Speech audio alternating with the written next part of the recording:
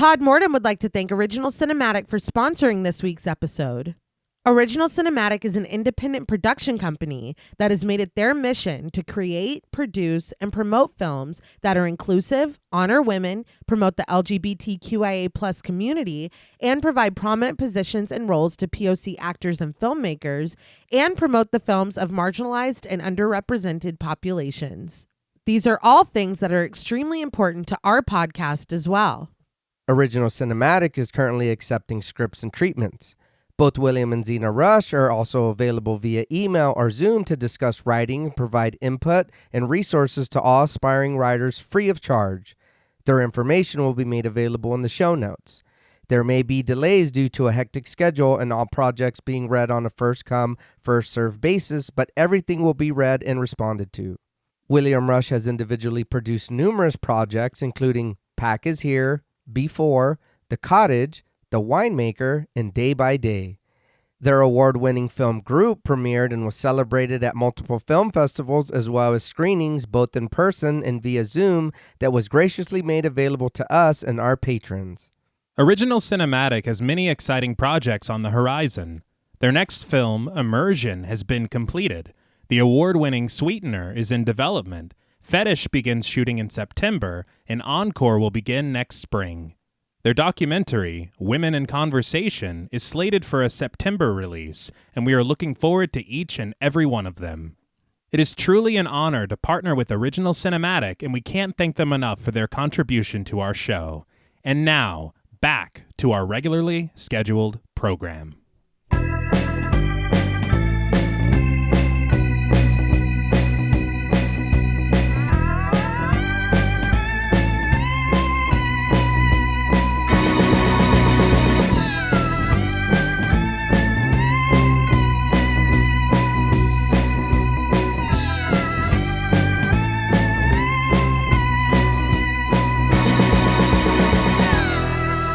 Salutations! Welcome to Pod Mortem.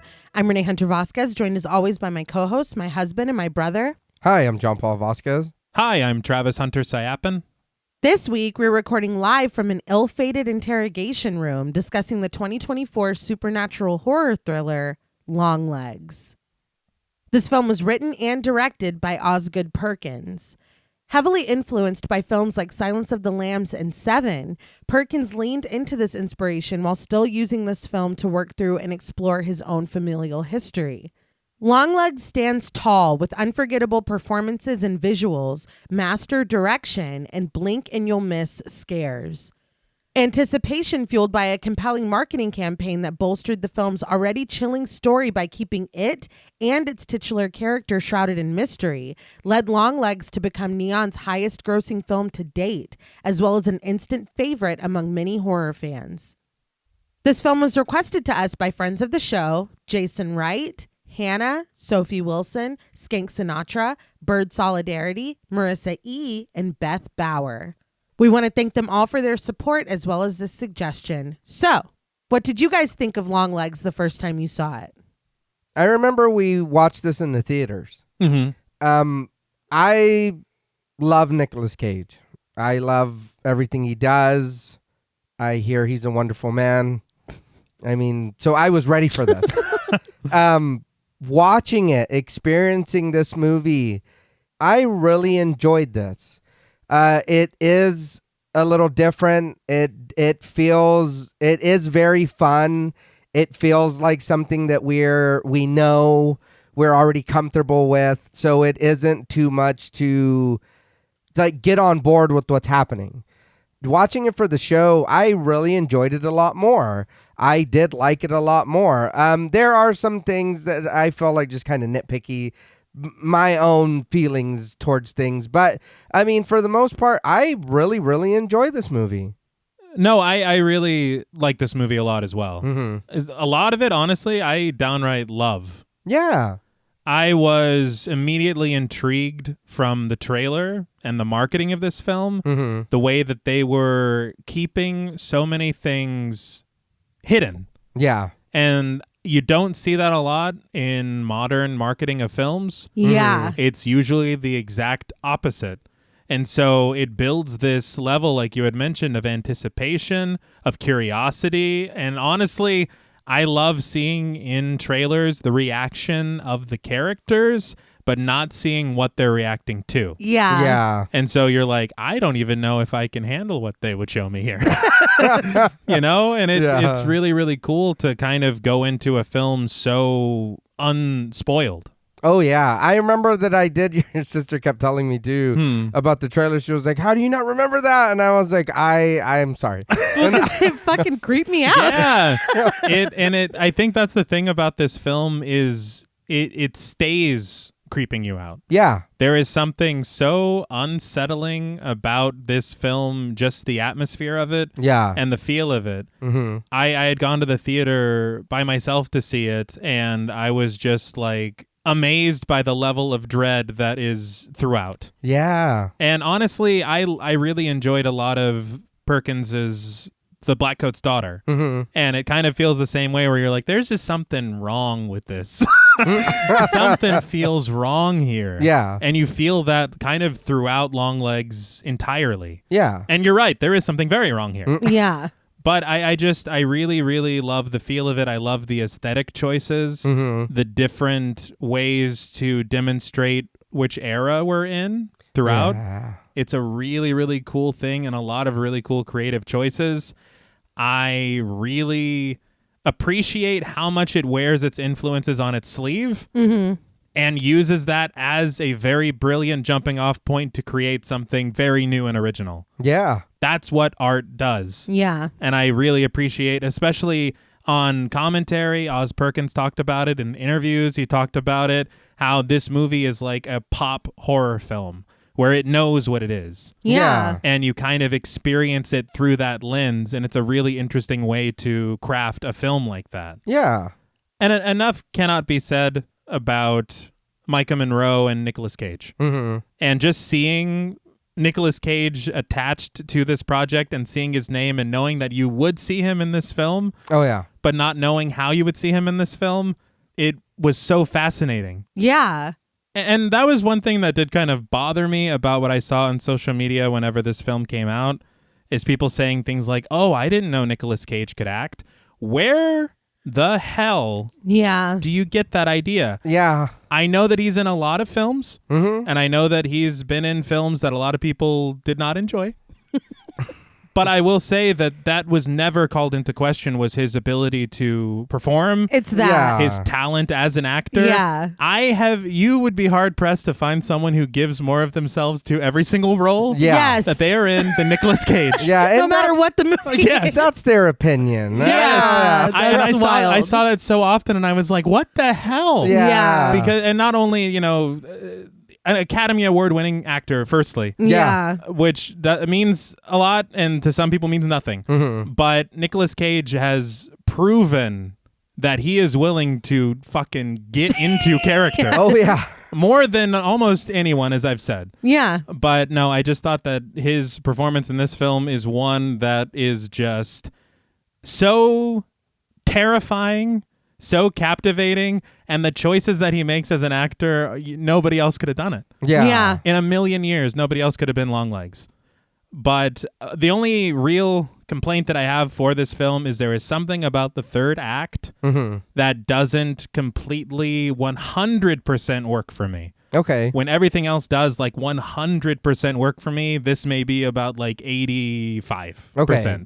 But there's some things that just feel like a little, I don't know. And as you rewatch the film, you do see more than you did the first time around, which is another thing I know that we'll talk about for sure. Yeah. And so it does kind of flow a little better as far as certain elements working together, but I think maybe it's a matter of it feeling a bit expedited Okay. to me. But I do love this film a lot. Yeah. Instantly, as you said in your intro. Yeah. No, I loved this. We did go see it at the theater, and I just left kind of with my mind blown. I think that there's a cold open, and once that's done, I was like, okay, it almost Yeah. is like you can fuck up after this, but I'm always gonna remember that. Like it genuinely unnerved me. It is just incredible to me, and I've watched it 3 times in preparing for this episode, and it just keeps getting better every single time I see it. It really does. Like, it's things that I didn't notice the first time around, things that make more sense when you watch it again, and then kind of learning the inspiration behind the characters, behind the story. I just have more of an appreciation for it every single time. And I totally understand how you would feel the ending is like a bit rushed. To me, it's kind of capitalizing on this momentum and just fucking riding it to the end. That's how I take it. But I totally understand your point of view 1,000%. Like both of y'all said, enough cannot be said about Nicolas Cage's performance. It is unbelievable, unforgettable. Micah Monroe really holds her own. I think she's incredible in this. Oz Perkins said something really interesting in an interview that I read, that in It Follows, she's followed, and The Watcher, she's watched. But in this, she's doing those things. Oh, wow. And so Okay. I really love the character she plays. I love the obvious Jodie Foster influence. Mm-hmm. It just, again, we're talking about 90s crime thrillers. Yeah. We're talking about the 90s. It's like a gift. I mean, this film is just about everything that I could have asked for. As new as this film is, I have probably read 500 different interviews. We got the Blu-ray. I thought that there was a lot more special features than there were. So I don't have as much on production as we usually do, but let's get into it. Sure. So Oz Perkins had said that he doesn't want to write bullshit, basically. And if you're writing from a place that's within yourself and rooted in your own story, it's impossible for it to be bullshit. So he combined his own personal story that we can't really get into right now, and combined it with inspiration from films he named Carrie, Don't Look Now, Seven, and obviously most notably Silence of the Lambs, because he said it had been a very long time since a movie was done that well. And I think this film was done exceptionally well. But I really, the shining nugget here in the production is this marketing campaign. Yes. Yeah. I had no idea anything about this film. Kristen sent me one of the teasers on TikTok and was like, what the fuck is this? I don't even know if it had the title on it. And ever since then, I was like, that's it. I don't know what it is, but I'm sat. But like we've said before, what they did with the Blair Witch Project can never be done again. But in 2024, I think that this level, what Longlegs did, is what should be aspired to. Mm-hmm. Perkins had said that very early on, Neon asked if they had his permission to just go nuts. And he was like, yeah. So they did. They put up a billboard. It didn't even have the title of the film, but it had a phone number. And when you call it, there is a message from Longlegs. That's really cool. Mm-hmm. There were all those, like I said, mysterious teaser trailers. They had coded messages with symbols from the movie that mean nothing because nobody has seen the movie. One of the ciphers was even printed in the Seattle Times. There was this really viral video on Neon's YouTube page that we will talk about later. And even a website, an entire website, thebirthdaymurders.net. And the formatting of that website. Yes. Yeah. It feels very 1993. Yeah. Yeah, it's incredible. You can literally go and read about all the cases that are like backdrops for this film. They're just alluded to within the film, but they have like police officers giving their statements, and it's really, really fucking cool. And I thought it was awesome. I read that they started this campaign in January of 2024, and they didn't even say the name of the film until February. Yeah. So there's all this buzz and mystery and intrigue, and people are like, what the hell is this? Because that's how I felt. I don't even know, but I'm gonna buy a ticket. Like, can I buy it right now? That's why you were stuck on it. Huh? That's what I was like, how do you not remember it? Like, it was the one that has a 911 call in it. I'll just say that. Yeah. And it fucking freaked me out. But I read that it cost less than $10 million, this marketing campaign, and it helped Longlegs become Neon's biggest opening, and like I said in the intro, the highest grossing film from Neon to date. Watching the success of this film climb was so just wonderful. Yeah. And so fantastic. And you see like very interesting ideas and very interesting marketing can lead to just, I mean, this film is like the perfect example of what can be accomplished with a very cryptic and interesting marketing campaign that doesn't give everything away and an original idea that goes to interesting places. Yeah. It shows that we don't need to see, like you're saying, the whole trailer in the movie. No. Please stop doing that. Yeah, explosions and loud music, and it's like, this summer. No, just make us be intrigued. That and an established property. Yeah. Yes. Granted, the use of familiar things Right. Yeah. and the influences on its sleeve, but goddamn it, this film's not original. Absolutely. No, yeah. And I'm not sure if I've seen anything from Neon because I know you show me movies and I'm sure I have. Mm-hmm. But damn, their logo is super cool. Oh, it's awesome. Like, yeah. that looks really badass. Longlegs dethroned Parasite. Okay. Oh, So- is Neon's? Yes. That's wild. I Yeah. know. Now, before we leave a note for this film, we would like to issue a warning for spoilers. Pod Mortem is a very in-depth podcast, and in thoroughly discussing horror films, we have no choice but to spoil a thing or two.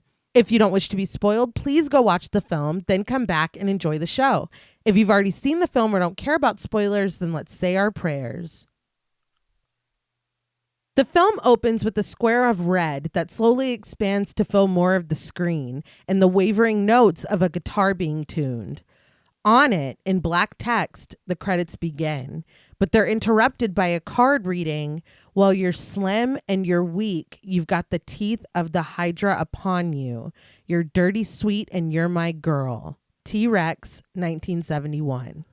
I know that a lot of creatives do this, and I love it every time they do this.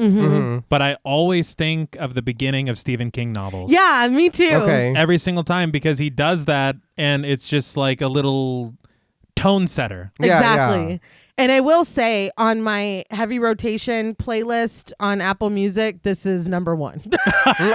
It's a brilliant track. It's so good, dude. I would imagine it's just a lot of roaring. I mean, it's what? Arms No, that- pulled close. Yeah, I'm not. No, that dinosaur can sing. Yes. Oh, all right. I'm mistaken. Sorry. I did hear on commentary that the inclusion of T-Rex was completely incidental Okay. and accidental. Perkins had said the universe just gives you what it gives you. Yeah. And he had been watching this documentary specifically about rock music in 1971. And on it, of course, T-Rex is going to be featured. Yeah. And so he's watching it, and then he's starting to write Longlegs, and he's like, this is just perfect. Yeah, yeah. It really is, though. Apparently, as well, when he had talked to Nicolas Cage about it, Cage, I think his son was just learning how to play guitar, and one of the first songs that he told him that he needed to learn how to play was a song by T-Rex. So it's just a lot of, Yeah. overlap. But we linger on these words until we're in the view of the inside of a car, the redness slowly giving way to the journey. Once it fades, we travel down the snowy road in stark black and white until we come upon a farmhouse. The car stops and our view closes in on the home. Inside, a young girl, played by Lauren Alcala, sits upstairs in her room. Her desk sits in front of the window, and when she looks out of it, she sees a lone station wagon sitting in view of the house. We close in on it before joining the little girl, peering out of the window. Downstairs, she puts on her coat and gloves and walks out the front door. The girl steps outside, dwarfed by the towering trees, withered and frosted. Her steps crunch in the blanket of white snow as she makes her way toward the street where the car is still parked. She stares at it, her small face flanked by two long pigtails, and we stare too, slowly zooming toward the vehicle, something dark and shrouded sitting in the passenger seat. But behind her, a soft voice calls out, "Cuckoo." It floats on the wind, causing the girl to turn around. When she does, it's just in time to barely catch a glimpse of someone leaning out from behind her house. They then jerk back out of sight. already when I saw this in the theater, I was like, I was terrified for this kid. She's brave, though, on the cool, going out there and suiting up. I'm going to go see who's in the car. Yeah, it's so funny because my next thing is bravely the girl goes to investigate.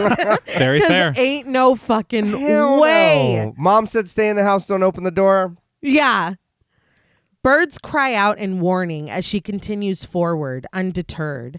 She scans the trees, their branches thrust out like open hands, and we are met with a subdued but startling musical sting. When she turns in the other direction, we are met with another musical sting. But the girl continues gazing, unafraid, the wind blowing like a sigh. When she turns, we see who is calling out to her, and a harsher sting plays. Longlegs, played by Nicolas Cage, stands panting. He wears layers of clothing, the fabrics just as pale and muted as his skin. We are unable to see his eyes, but his mussed hair falls to his collar. His nose is misshapen, his mouth wide as he puffs. A deep cleft is exaggerated on his chin, and his inflated cheeks rise in a smile. With a shockingly soft voice, he tells her, "There she is, the almost birthday girl." With a strained smile, he laments that it seems he wore his long legs today. He asks, "What happens if I..." before jarringly lowering down to the girl's height. We catch just a glimpse of his botched face before the entire screen gives way to red. The score goes wild, and we get the title in bold black text, Longlegs. This cold open, I was squirming in my seat. Yes! Because you don't know where we're going or what anything is, and everything is just so methodically done. Yeah. The way that we're zooming into different things, you're like, okay, what's going to happen? What's going to jump out? And then these sharp moments of the score, it's just so brilliantly put together. And then as soon as he dips down and he goes to his short legs, you're just He like, changed for the occasion. Yes, he did. it's very thoughtful, but it's so jarring, and with the music and the dip to red, everything just works so perfectly. I was incredibly unnerved, and it was this that I was like, okay, I'm fucking, even if the rest of this movie is garbage, that I will hold dear because it genuinely freaked me out. Yeah, the opening I was not expecting whatsoever. That's not what I thought was going to happen at all. No, But you are right. The whole thing looks, feels, sounds, everything is really, really done well. And you do feel that, I don't know where this is going, but it's probably not good. No. And I think that the thing that really got me immediately was just the creative choices that they made. Just the aspect ratio of this small 4:3 box. Yeah. This choice that you're just like, oh, so you're going to be taking some interesting swings here. Uh-huh. And you're like, I don't know what else we're going to see, but already I'm very intrigued. Yeah. And I know we don't need to, but Nicolas Cage. Yes. I mean, what more is there to say? I love this man, everything he's done. I remember him as early as back as Raising Arizona, Vampire's Kiss, Valley Girl. There's a lot of old ones. But everything, Con Air, National Treasure, Gone in 60 Seconds, Face Off, which... fantastic. It is. But I mean, extraordinary talent. Like, everything this dude does is like, damn, dude. No, like we were saying at the beginning, he puts himself completely in everything. There has never been one where it's just like, oh man, he's just phoning it in. No. Like even the ridiculous, like Wicker Man. I was just going to say. He's like, no, my whole ass is going into this. And you have to love him for it.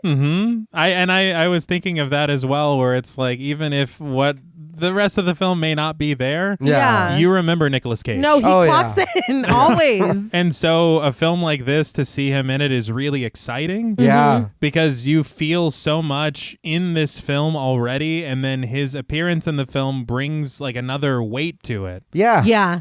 I did hear something very interesting on the commentary, which goes in line with like the interesting occurrences and things just kind of lining up really special like. Okay. But they had said that they only had Nicolas Cage for 2 weeks of this film. Really? What? Yeah, so everything that he is in this film is him on set for 2 weeks only. Huh. But the thing is I think that they had wanted to film this on a particular day, this opening sequence. Mm-hmm. But to get what they wanted, they obviously needed snow. Mm-hmm. And so it wasn't supposed to snow, and so they were a little bit worried about capturing exactly what they wanted. But there was something in the schedule that moved their filming of this scene from a Monday to a Tuesday.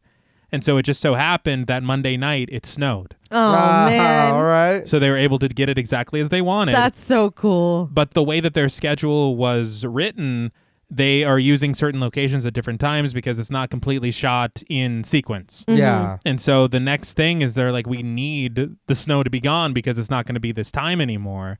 And that night it rained and the snow melted. So it's just like small things like this that they're like, I think we were meant to make this movie. Yeah. Well, somebody wanted it to be made. Exactly. Nicolas Cage. Yeah, well, or his friend. Right? His friend of a friend. But the tense score gives way to Jewel by T-Rex as the credits are displayed, intercut with images that could be of crime scenes, someone in a robe holding their praising hands into the air, a figure perhaps wet with blood, an upside-down house. But finally, the screen goes black and red text reads, Part 1, His Letters.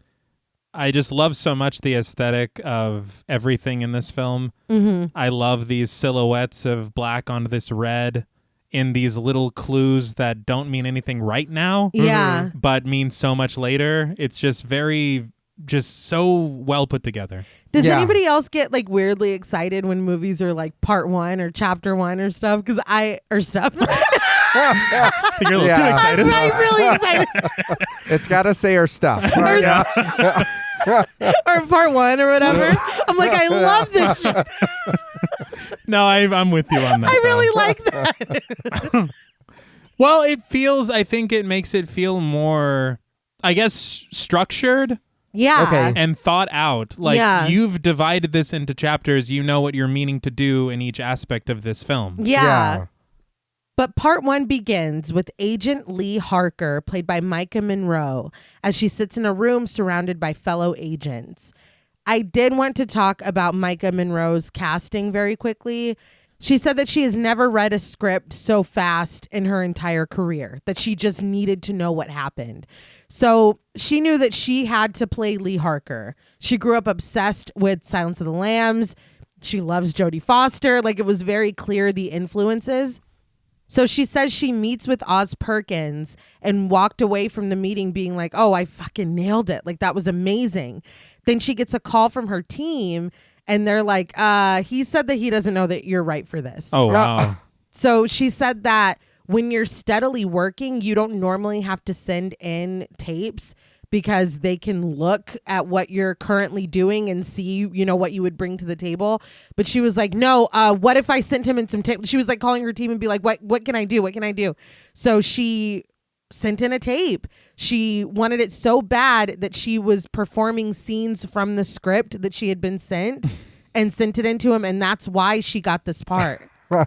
Well, she's great in this role. Yes. Yeah. She said that she loved playing this character because she starts the film out tough. Yeah. Instead of going through things that make her tough, which is kind of a departure from a lot of the stuff that she's done. But she said that Perkins, and this was something that I read from every actor that talked about Oz Perkins, that he is so open to collaboration, that it's a group effort, that even if you go off of what he's written, he's like, yeah, let's try that. But he said about her that every once in a while you work with an actor that will do something interesting in a take and be like, oh, I don't know where that came from. Like, they didn't even plan it. Mm-hmm. He says that they're like being played like an instrument, either by themselves or by their talent or whatever. I think he said Kiernan Shipka as well on Blackcoat's Daughter. Yeah. He felt the same way about her, but that it was like purely instances where it's all their instinct and that they were definitely just the person that was supposed to play this role. That is something that I heard a lot on commentary, was different instances where he kind of just let actors go to places where they felt that it worked the most, rather than sticking so stringently to his screenplay. And a lot of really iconic moments in the film are crafted that way, where it is just the actor kind of being like, well, this is what the character would do with these lines. Okay. I think that's the way it should be. I know we talk about this all the time, but it's not one person that makes a film. No. And I feel like him as a filmmaker, just listening to the way that he talks about his cast and crew, he seems like a director that would be really, really fun to work for. Yeah. And one thing I really like as far as like the mindset of a director, whenever he would talk about anything that anybody did, including people who were lighting scenes, he would say their names. I love that. Yeah. Because it's so often that we see directors that wouldn't take the time to even know everybody's name, you know? Yeah. Well, that's personal. If you're calling me by my name, you remember. Exactly. You do remember who I am, and you see me as an equal, not just, hey, light over here, over here. And it's like, no. And you appreciate the work that I did. Yes. Yeah. And Micah Monroe, this is a great for me, and I love Silence of the Lambs, Hannibal, all that. She is a great another universe starling. This is fine. I believe it, and I'm here for it.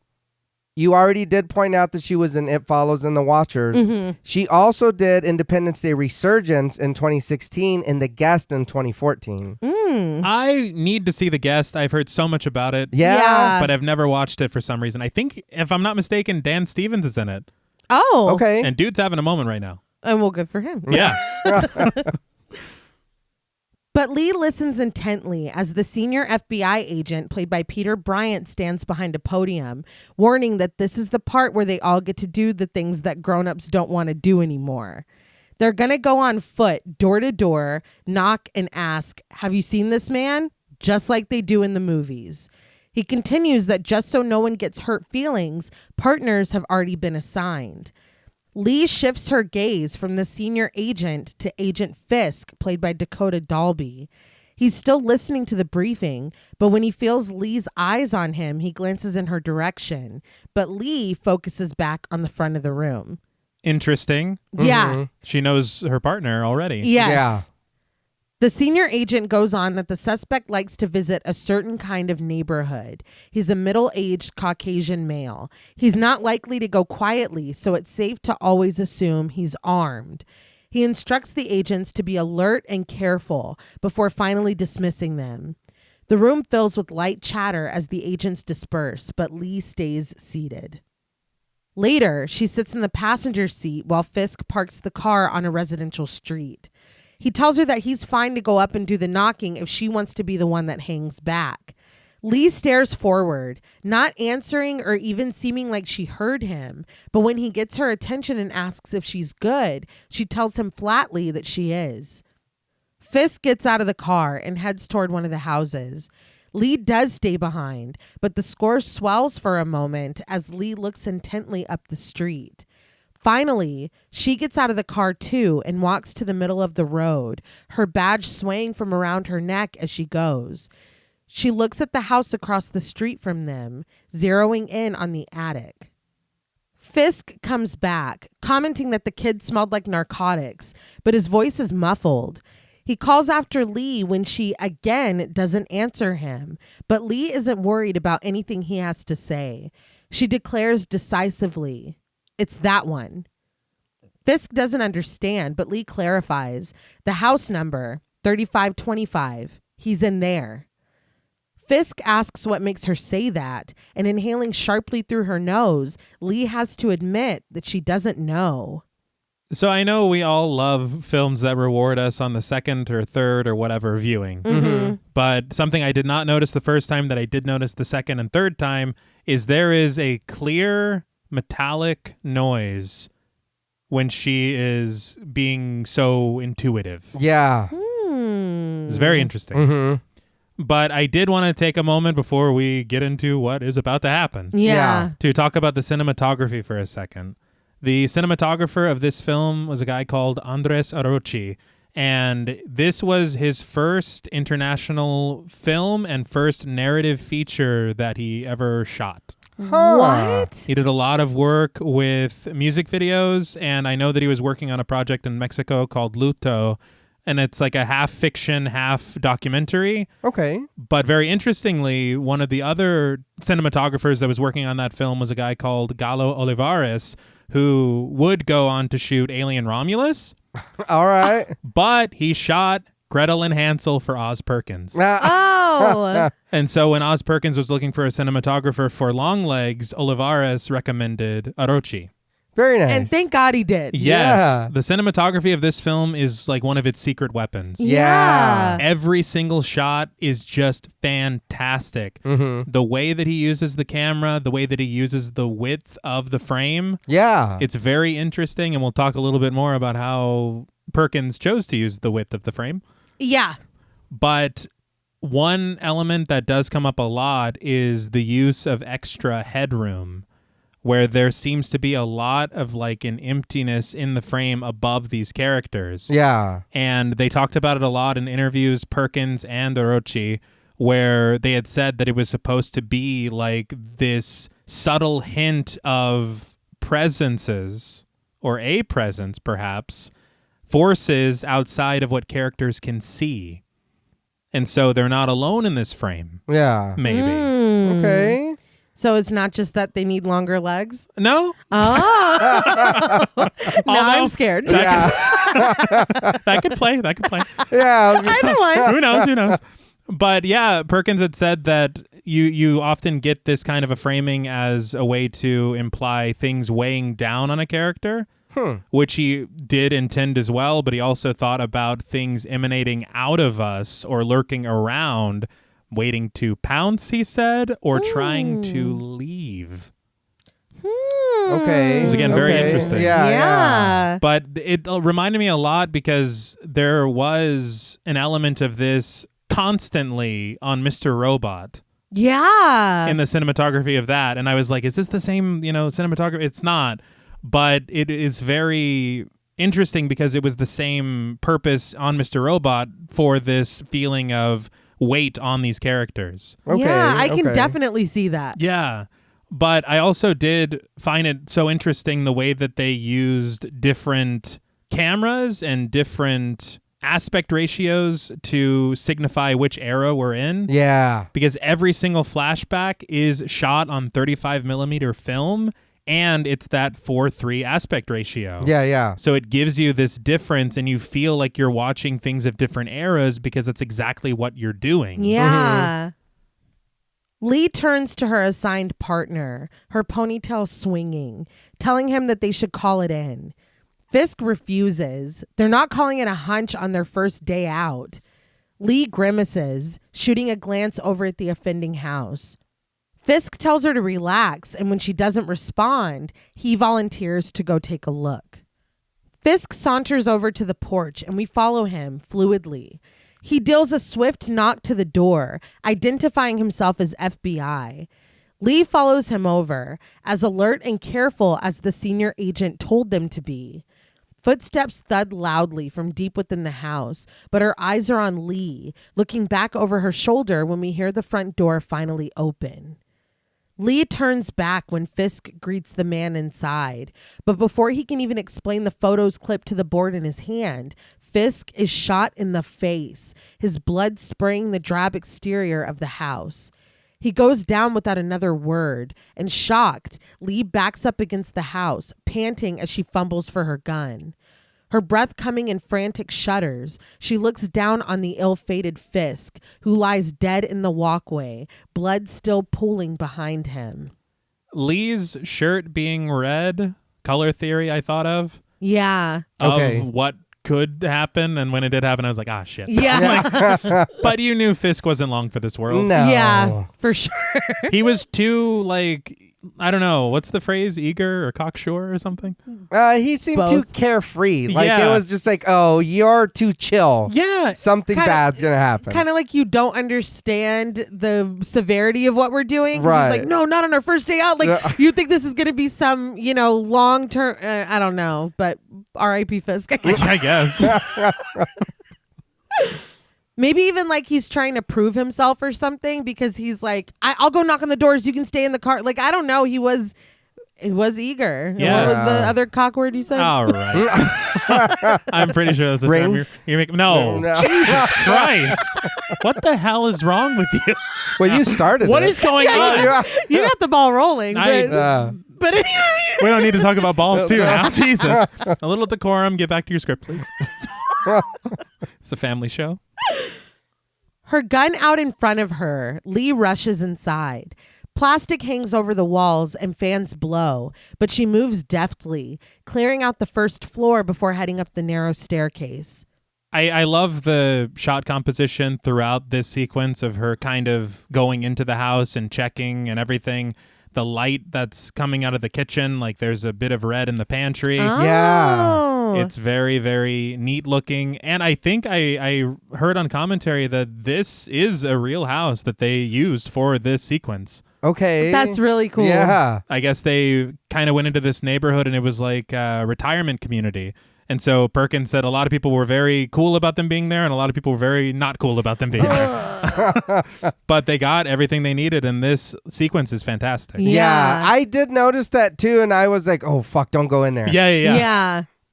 An ominous score accompanies her steady footsteps as she passes through a clear plastic sheet into a bedroom upstairs.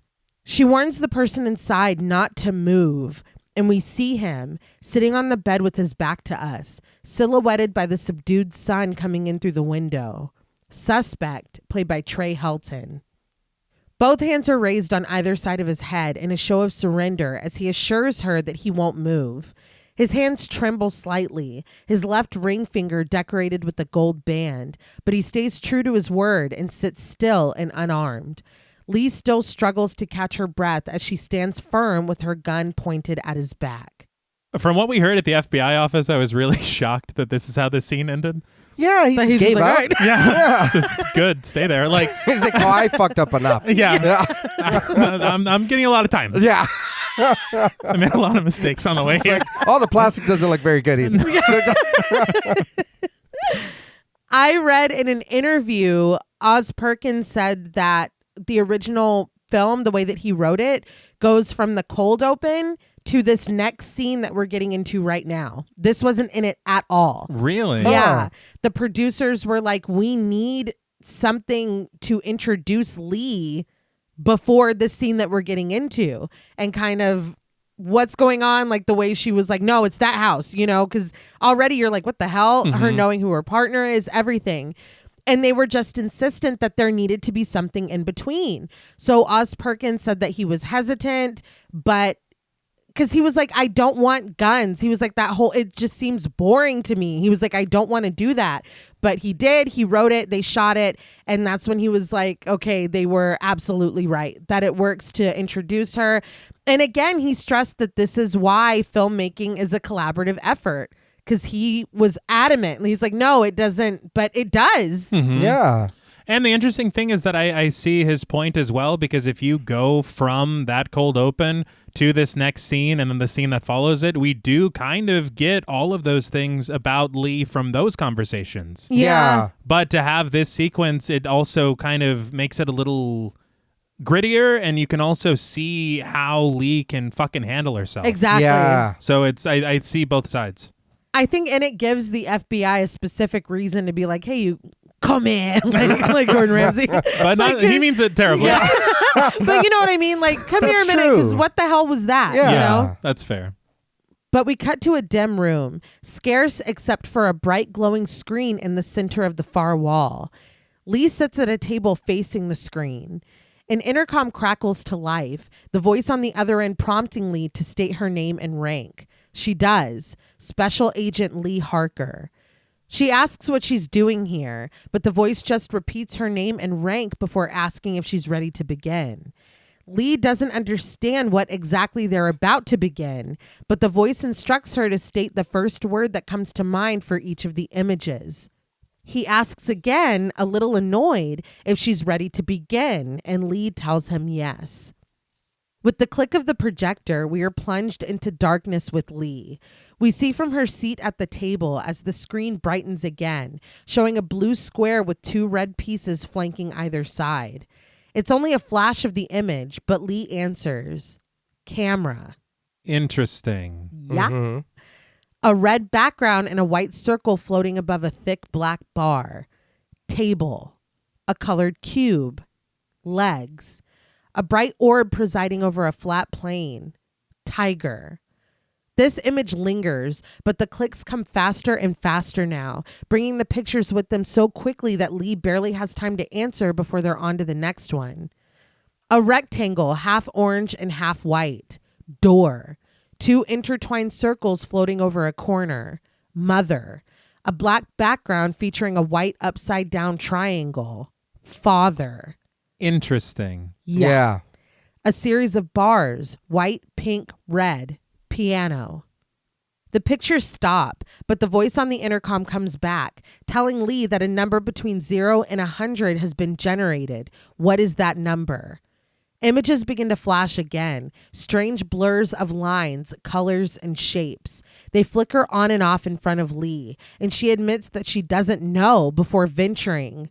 33? The flashes persist, and the voice repeats that they've generated a number between 1 and 100. What is it? Lee says with more certainty as the images stop and she's left in darkness. 0. So we're really hinting at, and on your second viewing, giving away a lot here. Mm-hmm. Yeah. And we'll kind of unpack that a little bit later, I'm sure. But I was really intrigued by the numbers and the choice of the numbers that Lee made. And so I wanted to see if 33 meant anything. Mm-hmm. And I do see online from various sources, there's a lot of implications with the number 33 in numerology.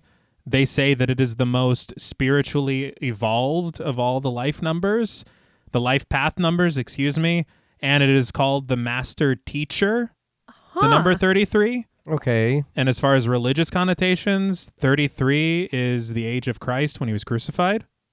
Okay. And I don't know if it's just because I'm a big fan of the band Ghost, but the number 0 is, at least in, with what that song is. It's because you're a fan of Ghost. Well, no, but it's associated with the Antichrist. The Antichrist. But I am a big fan of Ghost. Yeah. We cut to Lee sitting in the backseat of a car in her FBI jacket.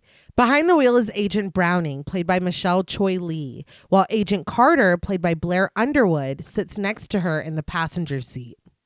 So Blair Underwood, I remember him from Deep Impact in 98, but he did Just Cause in 95, Gattaca in 97, and Rules of Engagement in 2000. Oh, wow.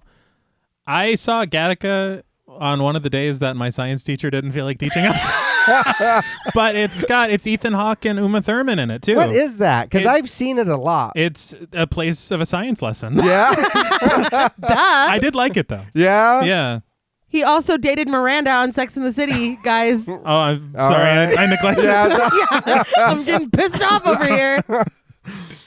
But he said in one of the interviews on the Blu-ray that he loved making this and he loved working with Oz Perkins, and again talked about how big he was on collaboration. He said about Oz Perkins, when you're good at what you do, there is an ease to you. And he said that he's just so chill. He's so easy to work with. And he joined the production 2 weeks after they had already started. Oh, wow. So his first scene that they filmed, I'll point out when we get to it, but he had to jump right in. Okay. On commentary, Perkins had nothing but high praise for Blair Underwood, just saying how every single take was almost like perfect. He said in the interview on the Blu-ray that in that first scene that they filmed together, there's a movement that he does because they're uncovering something, and he said that every time they did it, he did the movement the exact same way every time. And he said he's watching him and he's like, I don't know if Blair Underwood was ever sexiest man alive, but he should have been if he wasn't. He seems like that uncle that's going to give you a drink and try to give you advice. When I was your age, it's like, oh, shit.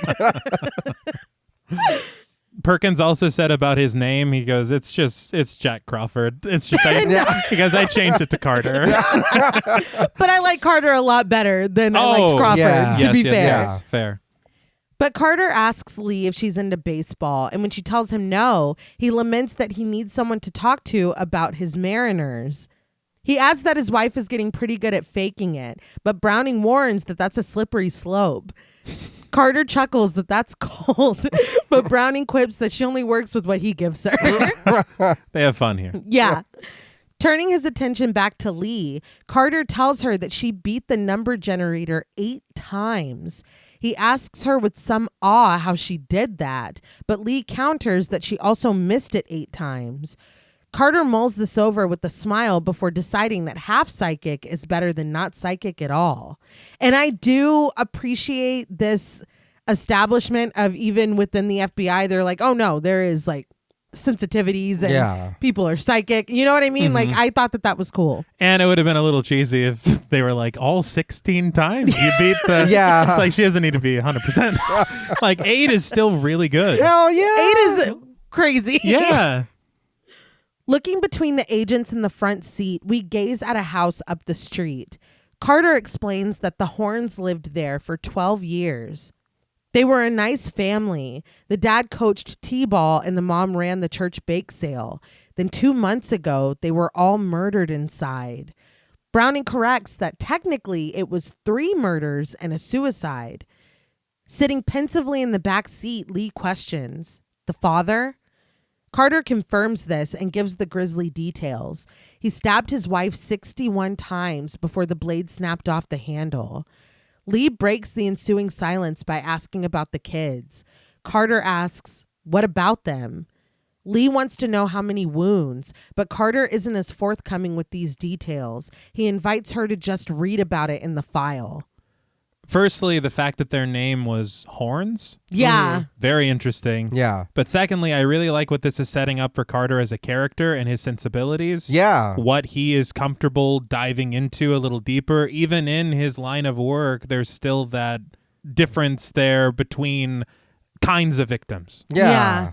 And I was getting a lot of blended Silence of the Lambs and Zodiac, listening to them talk and hang out here. And we're about to get really Zodiac. Yeah. And there is something always a little endearing about a character who has to face such darkness all the time, but still reserves that kind of tenderness or that soft spot where he's like, I don't want to talk about that. Like, you can read it yourself. Yeah. Lee asserts that she doesn't understand what they mean by 4 murders, and Browning admits that they don't either.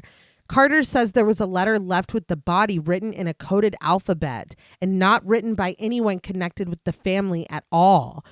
We see the cipher on the screen, the message written in an invented alphabet, white against the black background. As we zoom in on groups of these symbols, Carter shares that they have 10 letters like it, all written by the same hand. 10 houses, 10 families, 30 years. The message we're looking at is displayed in red before continuing to another white one. Carter concludes that they were all signed with one word. We see the word as he says it, written tight and neat. Longlegs. Back in the car now, Carter explains that someone or something is making the fathers do it, and they've been unable to figure out what or who. Silence descends on the car again, and with their backs to Lee, Browning tells Carter that she's told him Lee is not ready for this. But when Carter invites her to run with a better idea if she has one, Browning has no retort. Later, Carter leads Lee into his office, where a framed photograph of President Bill Clinton presides on the wall. I did read in one of those interviews that Oz Perkins said Longlegs was originally set in 1992, but then he realized that it would mean there would be framed photos of George Bush on the wall. And so he moved it up to 1993. He said, so at least it'll be Bill Clinton. Not that's much better. I heard him talking in commentary about what test audiences were saying. Because the portrait is obviously, it's meant to show time. Yeah. This is the 90s, but people were like, so Carter just really likes Bill Clinton? He's a huge fan. Like, no, it's fucking 93, dude. Yeah. He's a huge fan of 90s Bill Clinton. But Carter takes her to another wall where a corkboard hangs, littered with notes and crime scene photos. Lee stands, framed at its center, as Carter invites her to take a long look. While she's looking, Carter asks for her version of what happened in Colfax with Agent Fisk's shooting. I was glad that he asked about this. Yeah. Because the way that we had just moved on, I didn't think that we were going to talk about this at all. Yeah. And it's a very big thing that happened. Yeah. With her back still to him, Lee admits that it's hard to explain. It's almost like someone tapping her on the shoulder and telling her where to look. Carter reminds her that she identified the right house with no indication that it was different than all the cookie cutter houses around it. He asks if this has happened before, and Lee reaches out and straightens one of the photos as she answers simply, "From time to time, sir." Carter concedes that maybe they'll just call her highly intuitive. Lee agrees, and Carter follows up with the dry, "Uh-huh." He leans against the wall and studies Lee, studying the evidence. He asks her to tell him what she sees, but Lee has a question instead. What do all of these families have in common? Carter appraises that it's a good question. He shares that every family has a daughter that has a birthday that falls on the 14th of any given month, but only the Horns were actually murdered on that day. He walks out of frame and comes back with the case file. Handing it over to Lee, he tells her to get to work. He leaves, and we stay lingering on the board for a moment. When we join Lee later, we hover above her, crouched on a red carpet in another office. She lays out red cards, numbered 1 through 31. The photos are set to the side, and the case file sits open. Once she finishes, she begins taking papers out of the folders and sliding them under the numbers for the corresponding dates. As she works, the recording of a 911 call clicks on. When the dispatcher asks what the emergency is, a man's voice answers her, hushed and trembling. He tells her, "It's my daughter. It's not my daughter." We see a photo of a family, mother and daughter in matching high ponytails, mother and father smiling wide and flanking their daughter, the birthday girl, played by Hazel Bartlett Sias, who stands center under purple streamers and a banner proclaiming "Happy Birthday." We focus on the father, his eyes red with the flash, his smile bright, but when the dispatcher asks him, "Who's not your daughter?" his voice doesn't match this image. He warns, "I've got to be quiet. I've got to be quiet." With the click of a microfiche, the front page of the Morning Times for Tuesday, March 11th, 1985 slides into our view. The headline boasts, "Father kills family and self." With the snap of a camera, we see the crime scene photographs in black and white, blood pooled on the tiles of the kitchen, a slumped body wrapped in a sheet with a dropped shotgun and shells at its side. Lee looks at a certificate of death filed July 21st, 1965 for Janelle Catriona Berger, dead on July 14th, 1965. Lee takes a deep breath as she looks this over before organizing it, ignorant to the fact that behind her, standing right next to the American flag in the corner, is an ominous horned shadow looming before it fades away. So this is a wild thing to see. Yeah. You don't expect this in your office, I would say. And let me be honest, it is plain as day. Yes. It is plain to see. It took me until the third time to even catch this. Yeah. That is something that I think that the reason we didn't catch it the first time is because we don't know where this film is going. Right. And so there's nothing to be on the lookout for, really. There is this feeling of unease constantly with how much space is left empty in every frame almost. Yeah. And so you do feel that uneasiness, but you kind of look around a lot in a way because you were kind of primed by the cold open. Yeah. But it isn't until the second or third viewing that maybe these things start to become more apparent. And they even discussed it in their marketing after the fact, after the film was released, and kind of clued us in to the fact that these things are here and they show up frequently. Yes. Yeah. It's weird because even watching it. We watched it again with the kids the other night, or we started it. And the whole entire time I was just looking. Mm-hmm. There's so many of them that I missed. There's a lot that I found. Yeah. But there was some that I missed. And then when your sister showed me, I was like, there's no way. I was looking and looking and looking. Some of them are quick. Some of them are not. Mm-hmm. But they are, and you're right, a lot of them are just right there. Clear as day. Yeah. And it's like, how did we miss That's that? the thing. And John Paul, you pointed out several to me that I completely missed. Like you said, even looking for them. It's very like Hill House, Mike Flanagan. Yes. Yeah. Where you're like, I looked everywhere, but you somehow still miss it. Yeah. According to what they had released in their marketing, I only saw 7 personally on these last 2 or 3 watches that I did. Mm-hmm. They say that there are over 15. I don't even know if I got 7. Yeah. I put in my script the ones that I caught, the ones that I had help catching. Mm-hmm. If you saw more than that, please interject. Oh, because yeah.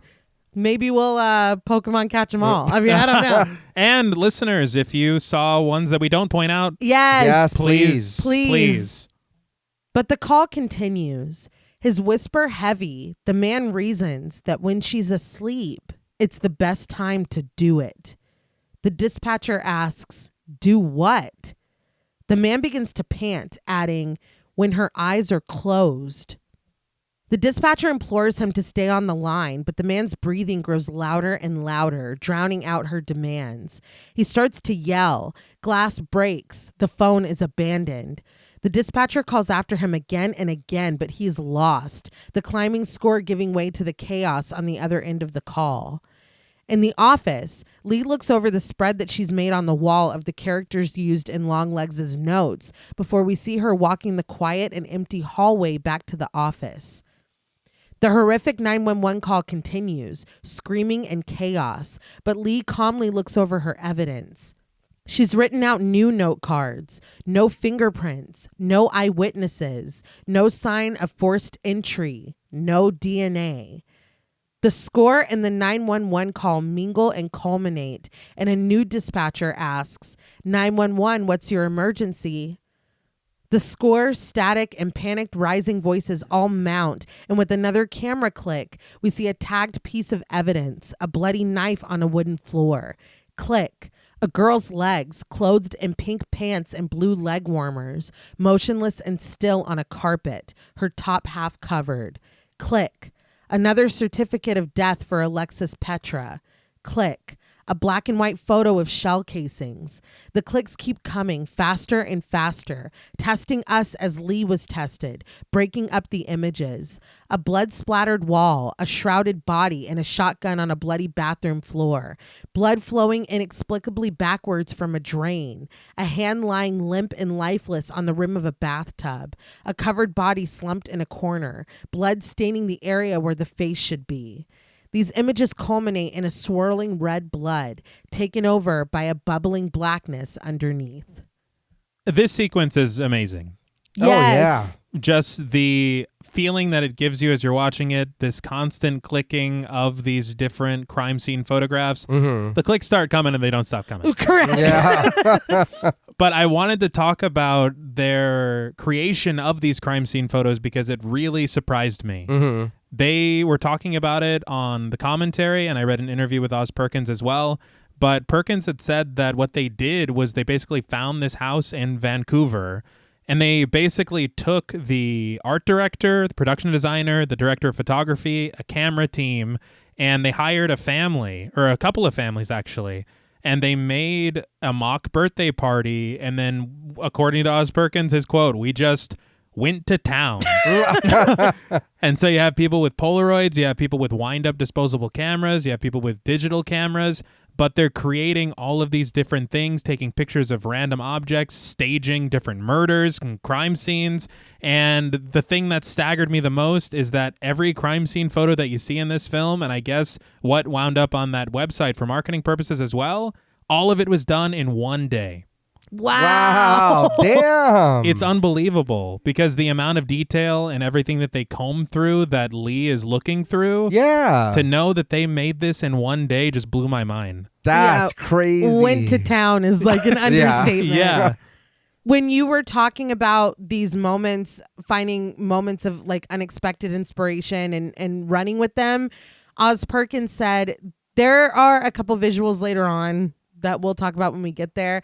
But while they were filming those, they randomly caught the drain that we see with the blood in it. And while they're filming it, somebody goes, "That's Psycho." Yes. Oz Perkins is Anthony Perkins' son. He said it was completely on accident. It's a complete, they added it as an homage to Psycho, but they didn't plan it, nothing. They saw it and they were like, oh shit, and just ran with it. That's really cool. That is. Because when I saw it, that's the first thing I thought. Yeah. Because, I mean, you see blood, you know. Right. And this film is filled with homages, and so it just like, that's incredible. Isn't it? Yeah. Later, our view is on the closed door of the office until Carter bursts in. He calls for Lee, but finds her asleep next to her organized case files. She's curled up, her shoes set neatly away from her. At the sound of his voice, she starts to sit up, and Carter warns her that there is a such thing as looking too long. But Lee just sits back up and sighs, realizing that she must have lost track of time. Carter asserts that he's still thirsty. He asks if she is too and tells her to come on because they're going for a drink. Lee tries to excuse herself on the grounds that it's late and she doesn't drink, but Carter concedes that she doesn't drink, but he does. He'll drink while she tells him things. Calling her Agent Harker, he strides away down the hall, telling her to pack it up. At an airport bar, Carter sits comfortably on a couch as the hotel bar server, played by Melissa Shim, delivers his drink. On the adjacent couch, Lee sits stiffly with her hands in her lap. He invites her to go ahead, and Lee does. She reports that there's no signs of forced entry, and according to forensics, there's no evidence that he was ever in the house at all. All that's inside are the bodies of the victims, and they've all been killed with something that was already inside the house. Twice they were killed with a shotgun.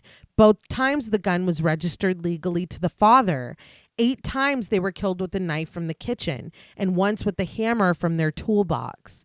Carter asks her to continue, and Lee surmises that Longlegs would have to be inside the house to use the shotgun, knife, or hammer. But according to forensics, he never was. She says that if it weren't for the letters he left behind, it would be like he was never there at all. Carter ventures. He murders them, but not in person. Lee proposes that maybe he tells the families what they want them to do, and they do it. Carter scoffs that reads like a page out of Manson, but Lee reasons that Manson had a family. He had accomplices. Carter asks if she thinks that Longlegs has help, but instead of answering, Lee ponders. Perkins had said something really interesting on commentary as far as writing is concerned and connecting things to your audience. And he said that when you're using so many things as a shorthand, you have the Silence of the Lambs, you have Charles Manson, you have Zodiac. He said you're giving them something that will eventually grow into something more, but is packaged right now in a very familiar way. Yeah. So you're using this shorthand to kind of say this is going to be weird, but it's familiarly weird. Yeah. Which is a really interesting way to do something like this. For sure. Yeah. And I enjoyed this little back and forth with them. Yeah. Even though he's sitting there drinking and just listening to her, it is him taking in what she's saying. Blair Underwood had said too that he thought it was really interesting that when we meet Lee and Carter are meeting each other. Yeah. So like as we're getting used to them, they're getting used to each other. So that is a really cool way of, introducing us to this partnership. Yeah. But Carter finishes his drink, and with his thirst finally slaked, he rises to unsteady feet. As he sways, he announces that it's bedtime, and Lee swiftly volunteers to drive. We watch from the back seat as she does, listening to Carter's directions. When she turns to his house, he laments that the lights are on. He's busted. She pulls into his driveway, and after spritzing some breath spray into his mouth, Carter informs Lee that she gets to meet his wife and kid. He opens the door, the overhead light snapping to action, illuminating Lee when she asks him if she has to. That's me coded. Carter simply tells her, yeah, before getting out and shutting the door. bathing Lee in darkness again. It's your boss, man. I mean, come on. Yeah, there's really no. Yeah. That was just so real. Do I have to? And was it me and I had noticed it and I didn't know if maybe I was looking at it wrong, but it does appear that there is a car sitting on at the very end of their driveway. I thought that maybe it was a reflection when they turned in, but right before, those red lights are still on back there. I didn't see that. Yeah, I didn't see that either. Honestly, everything feels so ominous. We're reading into a lot. No, yeah. Well, the movie's making you guess. Yeah, Exactly. Yeah. We wait inside Carter's house, focusing on the door until he comes through, leading Lee inside. His wife and daughter, Anna and Ruby, played by Carmel Amit and Ava Kelders, come out to greet them. Carter swoops over with a laugh for his daughter, but she chastises him for not calling to say goodnight. Carter pulls off his coat and hands it to Anna, reasoning that he didn't call because it was late and past her bedtime. But Ruby points out that now it's even later and way, way past her bedtime. Carter concedes with a laugh that he guesses he screwed that up. But Ruby is looking up at Lee. She asks who she is, and Carter introduces Lee to his wife and daughter. Anna says warmly that it's nice to meet her. Carter gives his wife a kiss, and when Ruby offers to show Lee her room, her parents look at the agent expectantly. We cut to Ruby's bedroom where she sits on her bed. Lee sits as well, perched on the edge and looking at Ruby's multiple trophies. She picks one up and noting its missing head, she asks Ruby what happened to it. Ruby answers that the head fell off and she doesn't know where it is. Setting it back down, Lee reasons that that's more her job. Finding things. Do you think that trophy is a bit of foreshadowing?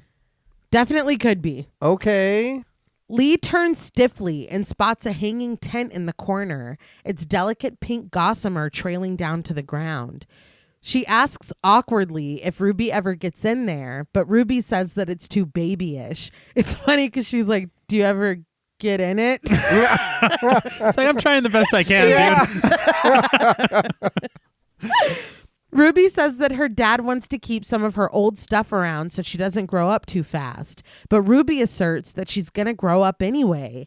Even Veal grow a little and they live in a box with their legs tied up. Lee nods that Veal do have it pretty tough. Ruby asks if Lee wanted to be an FBI agent when she was little, but Lee didn't. She shares that she actually wanted to be an actress. Ruby warns that messes up kids, and Lee agrees, so they say. Anna steps into the doorway and watches over the two of them. Ruby asks if it's scary being a lady FBI agent, and after a small sigh, Lee tells her decidedly, yeah, it is. Anna breaks up the conversation, assuming that Lee has a lot of important work to do, and she points out to Miss Ruby Carter that it's tomorrow already. Ruby asks her mother if Lee can come to her birthday party, and while Anna says that it sounds great to her, she prompts Ruby to ask Lee. Ruby turns to Lee, the invitation already hanging in the air, and Lee tells her, I'll be there. This is kind of giving Seven when he brings Somerset home to meet his wife, you know? Because it's just like very out of place. Like, what am I doing here? She was trying. She was. Yes. And this birthday party, I'm sure, is going to be a blast. It's going to be so fun. As Lee drives home, listening to Water by Spectral Tilt and smoking a cigarette, her headlights cut through the darkness of the night.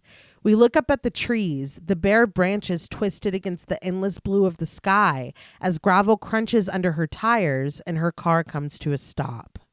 So this song that's playing on the radio, interestingly, Perkins pointed out that it's his wife, Melody, that wrote and performed this song. Oh, okay. It's really good. It's very good. And the score of the film itself is credited to Zilgi, but that is a name used by Elvis Perkins, his brother. You got there. Well, I was trying to think, should I say Osgood or Oz? Is it fine? I don't know him well enough. I don't know. We do now. Right, We do right. now. All right. Ozzy. Yeah, Ozzy Perkins. But Elvis did the score for Blackcoat's Daughter as well.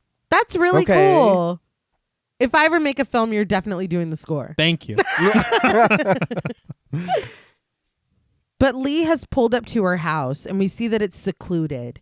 She stops at her mailbox, the dim light overhead spotlighting her, but loud music begins to play from a distance. Lee's head snaps in that direction, but it quickly cuts off, the silence of the night returning. She looks over at a house in the distance, but when she doesn't see anything of note, she heads inside.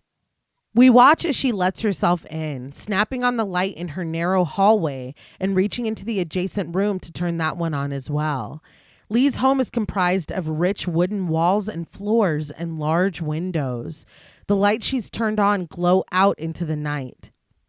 This is when I noticed we get a lot of shots of closed doors waiting for people to come through. Because it already happened in the office when Carter wakes her up. It happened at Carter's house. It's happened at Lee's house now.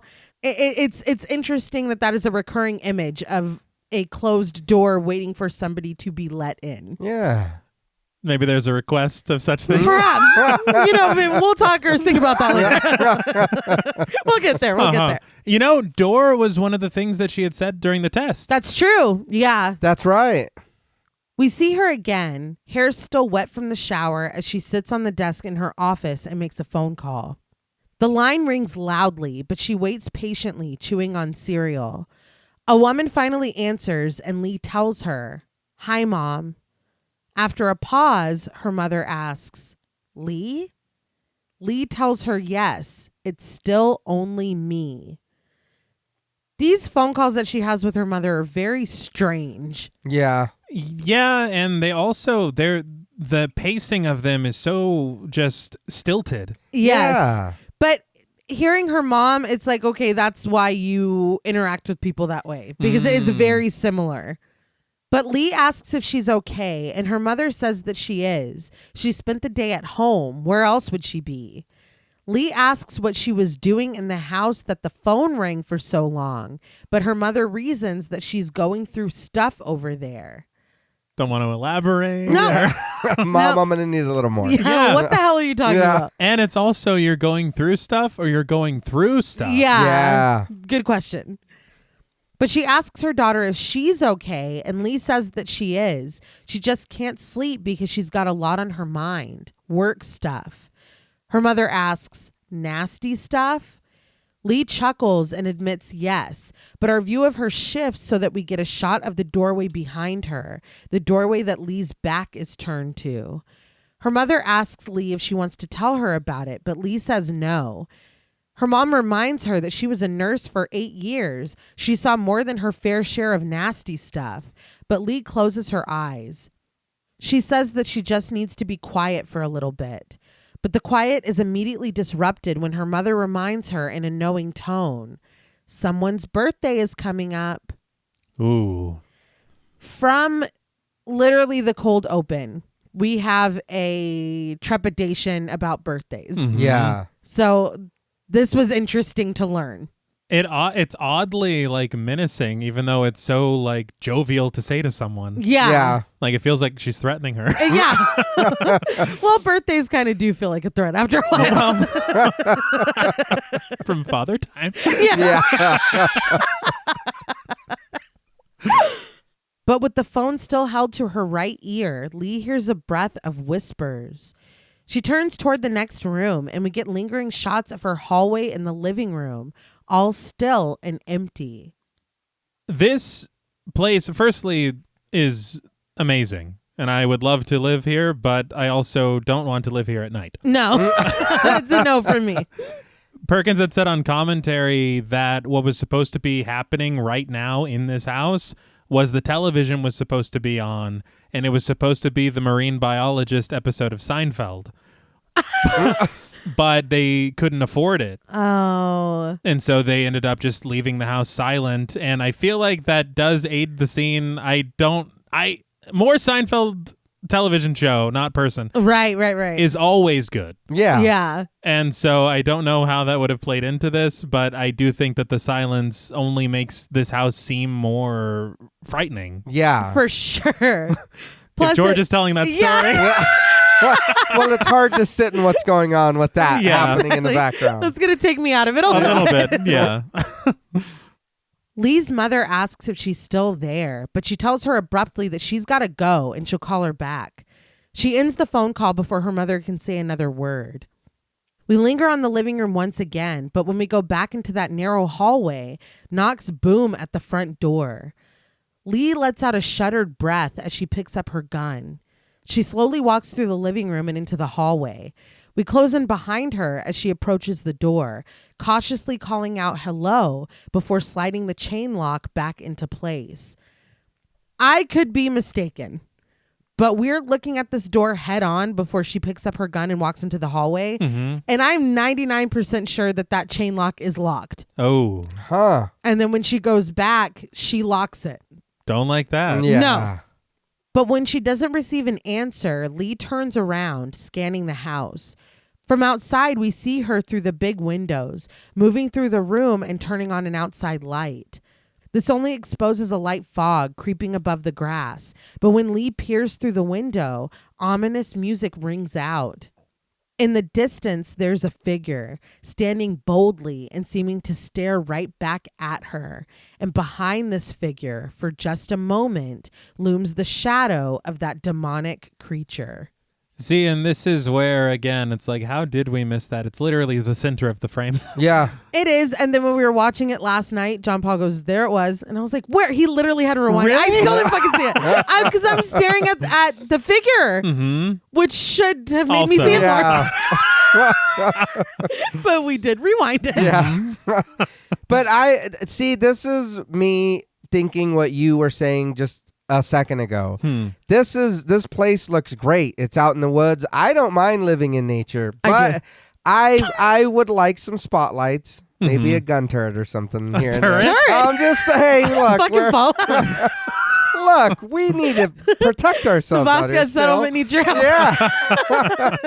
But it is nice. But it is at night. Oh, fuck that. Yeah, no. No. And honestly, I feel like we only see this place during night. I don't think we return here. Yeah, No, that's I don't think true. so.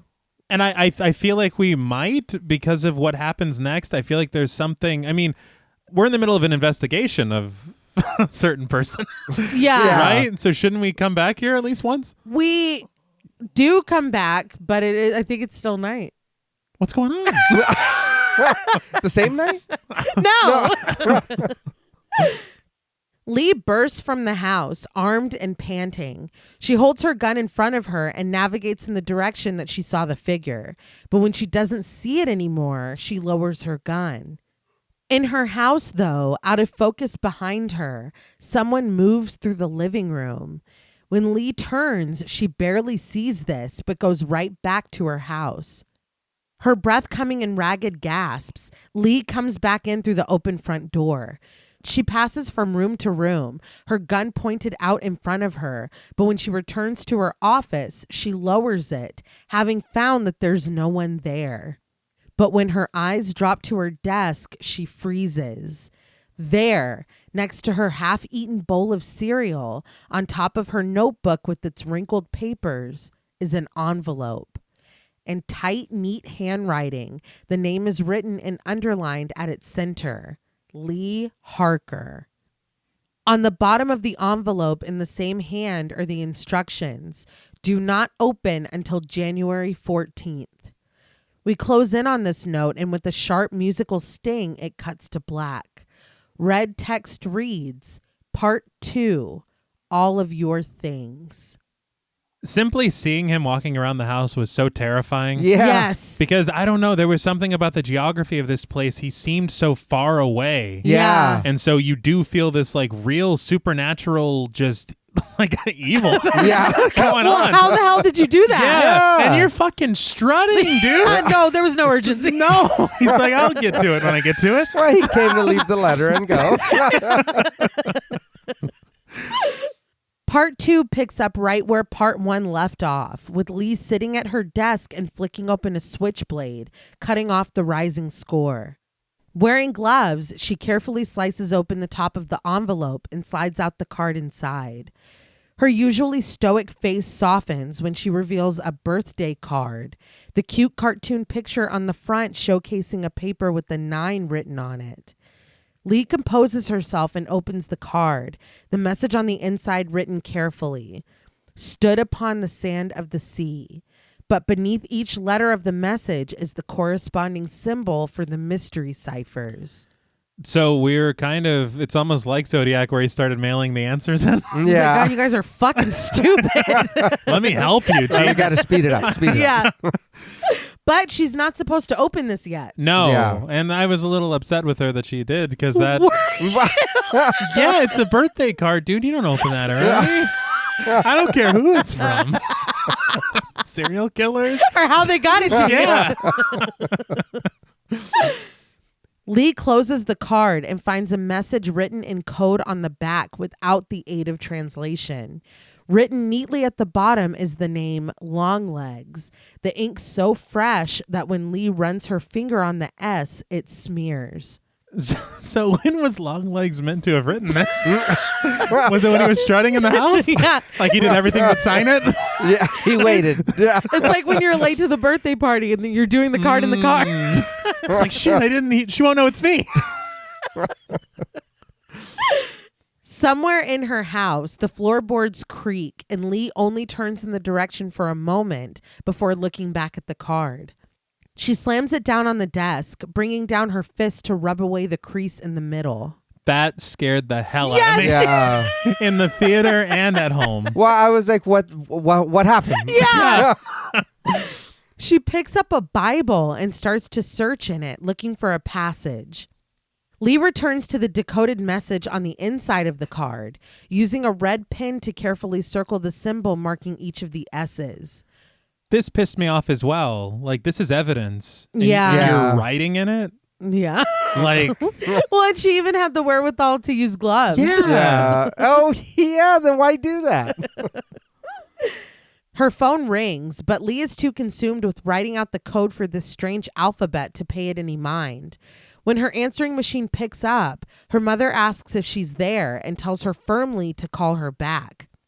But Lee is moving quickly, translating the message written on the back of the card. Tell them how you got this, how it came into your head. I'll cut off her hanging milk tits and bleed your mommy dead. so I guess that does answer my question as far as why we haven't. Yes, Why we don't shared. Yeah. We don't come back here and investigate or Yeah. anything. Okay, all right. It's a pretty thorough threat. Yeah. Yeah. Yeah. The score mounts as Lee stares down at this message, and in the doorway behind her, that devilish shadow looms once again, but the moment is broken when her phone rings. I also had to rewind this one. This one I did catch the second viewing. Yeah. Again, the frame is so wide. Yeah. It is, and I'll be honest, ever since she was on the phone with her mom, I was afraid of that doorway.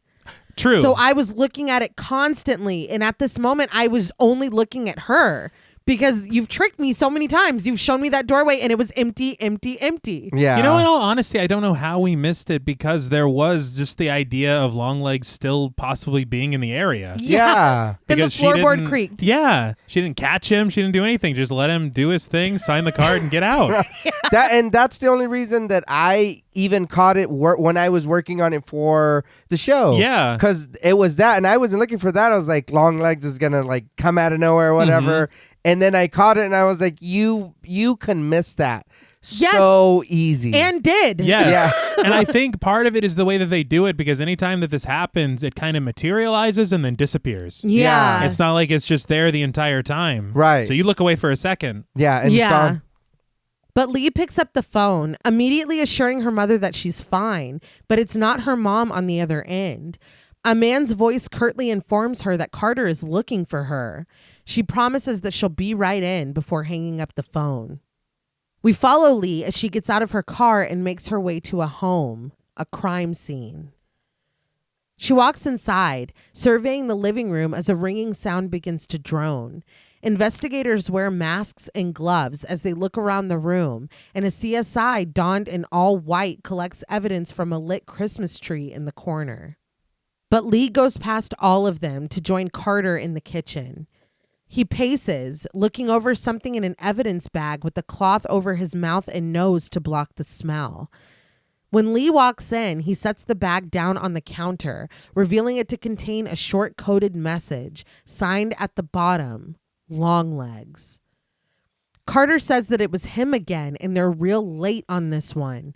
He explains that the family was planning a trip. Everyone assumed they were gone, so no one bothered to check on them. With her new understanding of Longlegs' language, Lee's eyes don't leave the message. She pulls out her notepad and slides it next to the note. Carter continues that they had plane tickets to LA and reservations for Disneyland. He laments that it sounds like a nice idea. Still focused on the note, Lee asks if the daughter's birthday was the 14th. Carter says that it seems like it, but his features are knitted in confusion. He looks down at Lee's notepad as she seamlessly translates the cipher, down low, too slow. Really? It's definitely the 90s. Yeah. He was like, I fucking got it. He asks how she figured that out, and her eyes still lowered. Lee says that she only looked long enough. Clearly not placated by this, Carter looks at her with some suspicion as he says that there's a dead family in the bedroom, so let's go take a long look at that.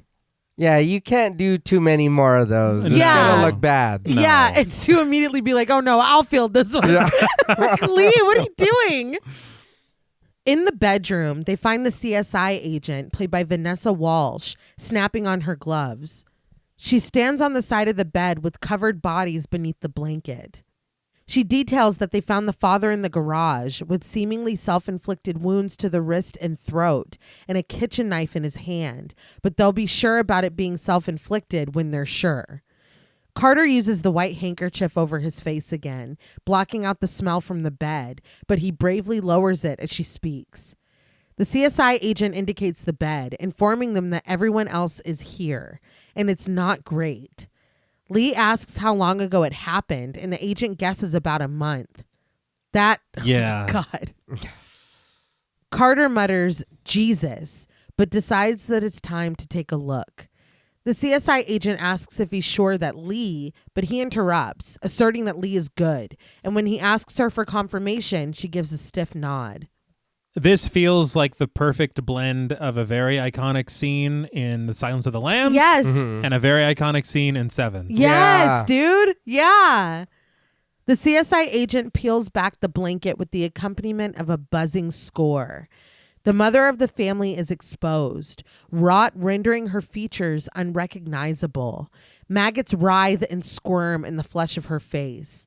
Lee asks how old the daughter is, and the CSI guesses that she's 9 or 10. Carter grimaces at this, uttering out the word fuck as he leaves the room. Lee stays behind, noticing a small carrier set on the dresser. A cat sits inside, looking out at them through the bars, but suddenly it bares its teeth in an aggressive hiss. The animals always know. Yeah. They do, and this cat did not live in this kennel for a month. No. No. So somebody has been here. We cut to a hallway where Lee uses a payphone to call her mother again. Once she answers, Lee greets her mom with a, "Hi, Mom." Her mother asks again, "Lee?" To which Lee replies, "Yes, still your only daughter." An uncomfortable silence grows between them, but Lee breaks it. She tells her mother that she's going to be busy with work, so she probably won't be able to make it. When her mother doesn't answer, she adds that she wants to, but when her mother still doesn't answer, Lee asks if she's still there. After a pause, her mother warns her to make sure that they don't work her too hard. Lee assures her that it's really good. They put her on something important. And when her mom asks what it is, Lee reminds her that she can't tell her, and she probably wouldn't want to hear about it anyways. Her mother ventures, "Not nice things?" Lee reasons that she doesn't think the Bureau has a division for nice things. Her mother asks if she'll be seeing her for her birthday next week, and Lee lowers her head and just offers that she'll try. Her mom asks, "Lee, have you been saying your prayers?" We get a wider shot, light spilling out from the stairway above her, and Lee looks very small at the payphone. She tells her mother, "Yeah." She tries to get off the phone, but her mom asserts that their prayers protect them from the devil. Lee tells her that she knows and promises to call her later before hanging up the phone. So when it cuts to that really wide shot, I've already seen the devil 3 times in this film. So I'm waiting for him to come walking down the stairs or something. But I don't think that we see him here. I scanned as well. And I couldn't find him anywhere. A microfiche clicks another newspaper into our view. The Moon reports on Tuesday, December 2nd, 1979. Entire family found bludgeoned at Lakeside Cabin. We scan to another article titled, "The Devil Made Him Do It. Father of 3 accused in family murders." Another from Sunday, October 1st, 1983. Satanic cult on Oregon coast. So these investigation scenes are research scenes, They're right? absolutely research scenes Okay. and bonus points for a fucking microfiche. Yes. Super stoked. But the time that this is happening, it really makes me think of the Satanic Panic. It being 83 and all the headlines being "The devil made him do it," satanic cult, blah, blah, blah. It's just interesting to kind of harken back to that time when things actually may or may not be happening. We see Lee sitting and reading this before returning to the screen. Another certificate of death filed on November 25th, 1973 for Andrea Paulina Gonzalez, dead on November 16th, 1973. Lee lingers on the date. In her notes, she has made a grid of all the months and their corresponding days. Several of the numbers are circled, and now she finds the 16th of November and circles that too. Working in a library now, dim and empty, she sits at a desk with the light of the lamp making these notes. She looks over her shoulder for a moment before picking up a book titled 9 Circles of Hell. She flips through until she finds a symbol, an upside-down triangle confined into a circle, each of the 3 sides boasting the number 6. You know, the 9 circles of hell, maybe that's the significance of the 9th birthday. Oh, okay. Because you had the card and you had the victim that was in the bed. Yeah. We creep along the dark aisles of books toward Lee, and when she brings up the paper with the circled dates, she folds it in half, using a black marker to draw a thick line, connecting the numbers at the bottom into a triangle. As she draws, a frenzied score begins to climb, and when we see Lee admiring what she's done, screens behind her suddenly begin to blink. But when there is a loud thud coming from the bookshelves, the music stops. Lee looks in the direction of the sound, but the aisle is empty. Through the window, however, that horned shadow appears vaguely before fading away.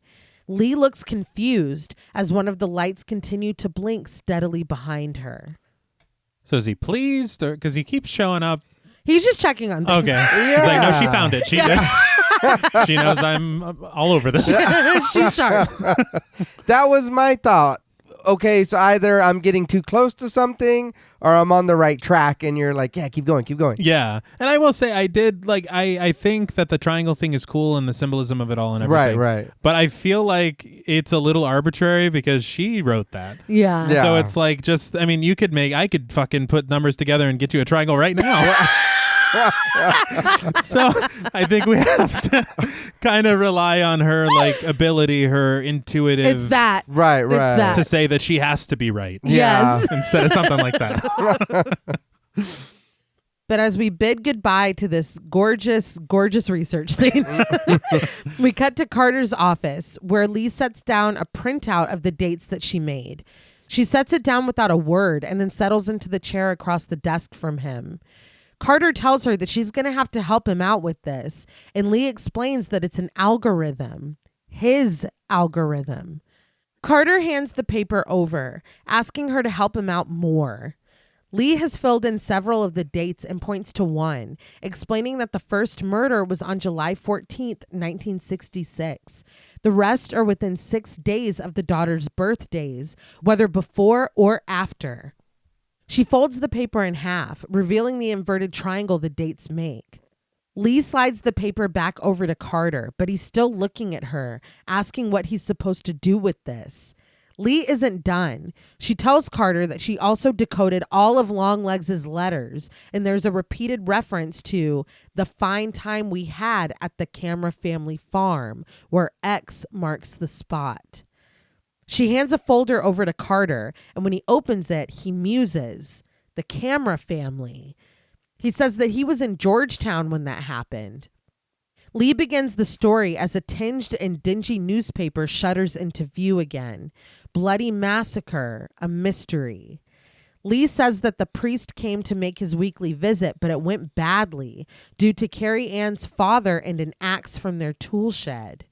Another headline reads, Sole Survivor in Farm Murders. Lee says that the father killed the priest, his wife, and then himself.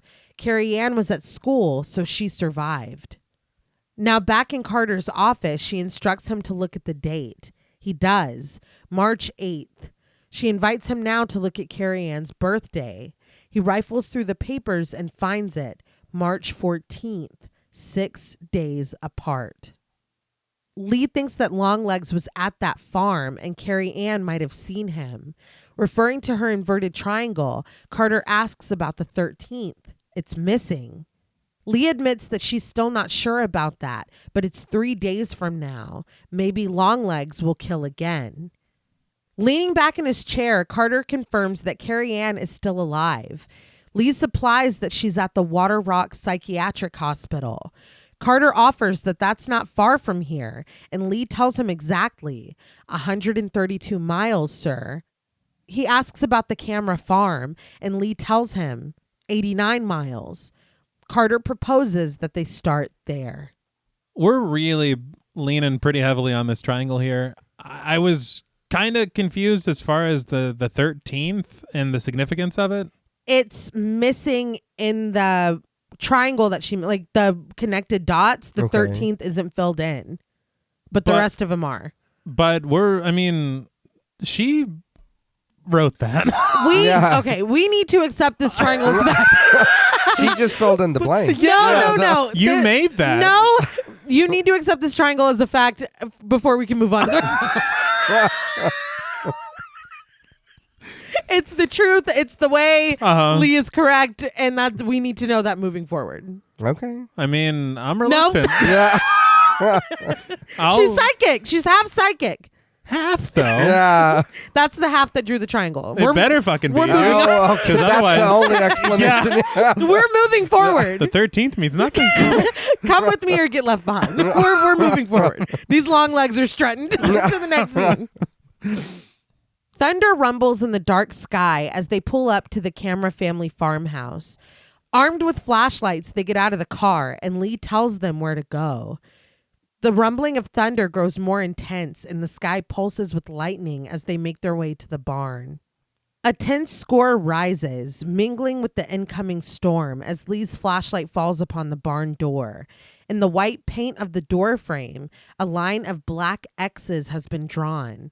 Lee cites Longlegs' repeated phrase, X marks the spot.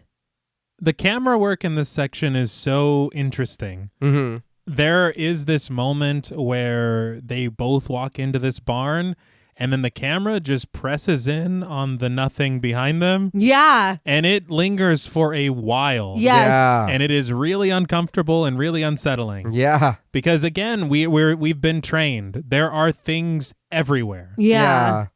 And you're waiting. Yes, and scared. And this here, them coming in and what happens inside this barn, this is when Blair Underwood joined the production. Oh, wow. So this was the first thing that he shot. Really? Yes. We watch from inside as the door rattles with their entry. Again, inside watching this door, waiting for them to come in. The light from their flashlights spill inside the dark room, streams of cobwebs blowing in the new breeze of air. Lee and Carter walk inside, but we linger menacingly on that door left wide open behind them. Lee and Carter go further into the expansive space, scanning their flashlights over forgotten items blanketed in cobwebs. But Lee finds on the doorframe leading to the next room a black X. Thunder continues to boom as Lee follows the breadcrumbs Longlegs left behind, finding another black X on the wall next to a set of stairs. They climb up into the huge attic, their lights going in opposite directions before they meet in the center of the floor, where something large and dark sits under a dusting of hay. Carter squats and sweeps it away, revealing a crucifix. He tries to pull it up, but he can't, and Lee watches with trepidation as Carter sets his flashlight to the side and takes a crowbar to the floor, prying up a wooden slat. I will say we're being very trusting here. Yeah. This could be a trap. This could be anything. A bomb. Yeah, and we're just like, no, follow the X's. Yeah, it's okay. Clearly, like, I think about there's this scene in one of the later Saws where they just find the Billy the Puppet just like there, and he's doing his like laugh or whatever, and then like this detective like leans in her ear to listen and it fucking explodes, dude. It's like, why? It's like, that was your fault. Yeah, all of your training just out the window. Wait, I think this puppet is laughing. What do you think is so fucking funny? It's like his mouth is moving. We can see. I like to laugh. She wanted in on the joke, man. Are you ready to laugh? It's like that's all I'm thinking this entire time. They're like, yeah, pry it open. Yeah. What? Anything could be here. Yeah. It's already scary. Yeah. But Carter does, against our better judgment, pull the planks up, revealing a large box underneath with a note on top. He picks up the note and hands it to Lee, and when she raises her flashlight to it, we see it from the other side. An inverted triangle with a cheeky smiley face at its center. See, the triangle was right. Yeah. Yeah. But yeah, sure. It was, we'll give her that. It was the good 50, not the bad 50. Right. But the thing is all the more reason to back the fuck up. Yeah. Yes. Because dude knows exactly what you're doing. Yes. Yeah. He set this here on purpose. And why is he smiling? That, I was Yeah. going to say, in the smiley face, I'd be like, fuck. Yeah, we He's happy fucked up. about it. Yeah. We done goofed. Mm-hmm. But she lowers the note and Carter opens the lid of the box, revealing a child-sized doll curled up into the fetal position. Carter picks it up and inspects it, but Lee closes her eyes, affected by something unseen, before she grounds herself back into the moment. The doll Carter holds slumbers with closed eyes, scraps of hair clinging to its smooth scalp. Carter continues holding it until, with a musical sting, it opens its eyes. Again, scared the hell out of me. Yep. Yeah, we're in over our head. I don't know. We might want to call some help. I Yeah. need an adult, for sure. Are there any angels free or anything? Yeah. that could help us out with this? I felt like it's so like frightening to consider that this doll must have been here for decades, right? Yeah. Because it was the murder when he was still in Georgetown. Yeah. Yeah. So it's like, good Lord. Yeah. And it's funny because on that site, they talk about the other agent retiring and Carter taking over this case. So like, yeah. But yeah, he wasn't even on it yet. That's just wild. Yeah. I do want to call out before we leave this barn, the shot of those two windows. Yes. Yeah. Gorgeous. Yeah. But we cut to the coroner's office where the doll is laid out on a metal table. The coroner, played by Daniel Bacon, surmises that she's handmade, and beautifully handmade at that, with a porcelain head, hands, and feet, an unbleached canvas body, and cotton stuffing. I just, is anybody else afraid of this coroner? I thought is he this was coroner Longlegs. It's like you're giving yourself away. Wow. He was admiring it. You better be a doll collector or something. It was pretty unnerving. It's like, I don't know who this Longlegs is, but he's a handsome genius. I'll tell you that for damn sure. And a master craftsman. Right, you guys find this in that barn? He's like, Oh shit! Did you get the note? Lee stands watching and listening, and behind her, we see x-rays of the doll, something round nestled in her hollow head.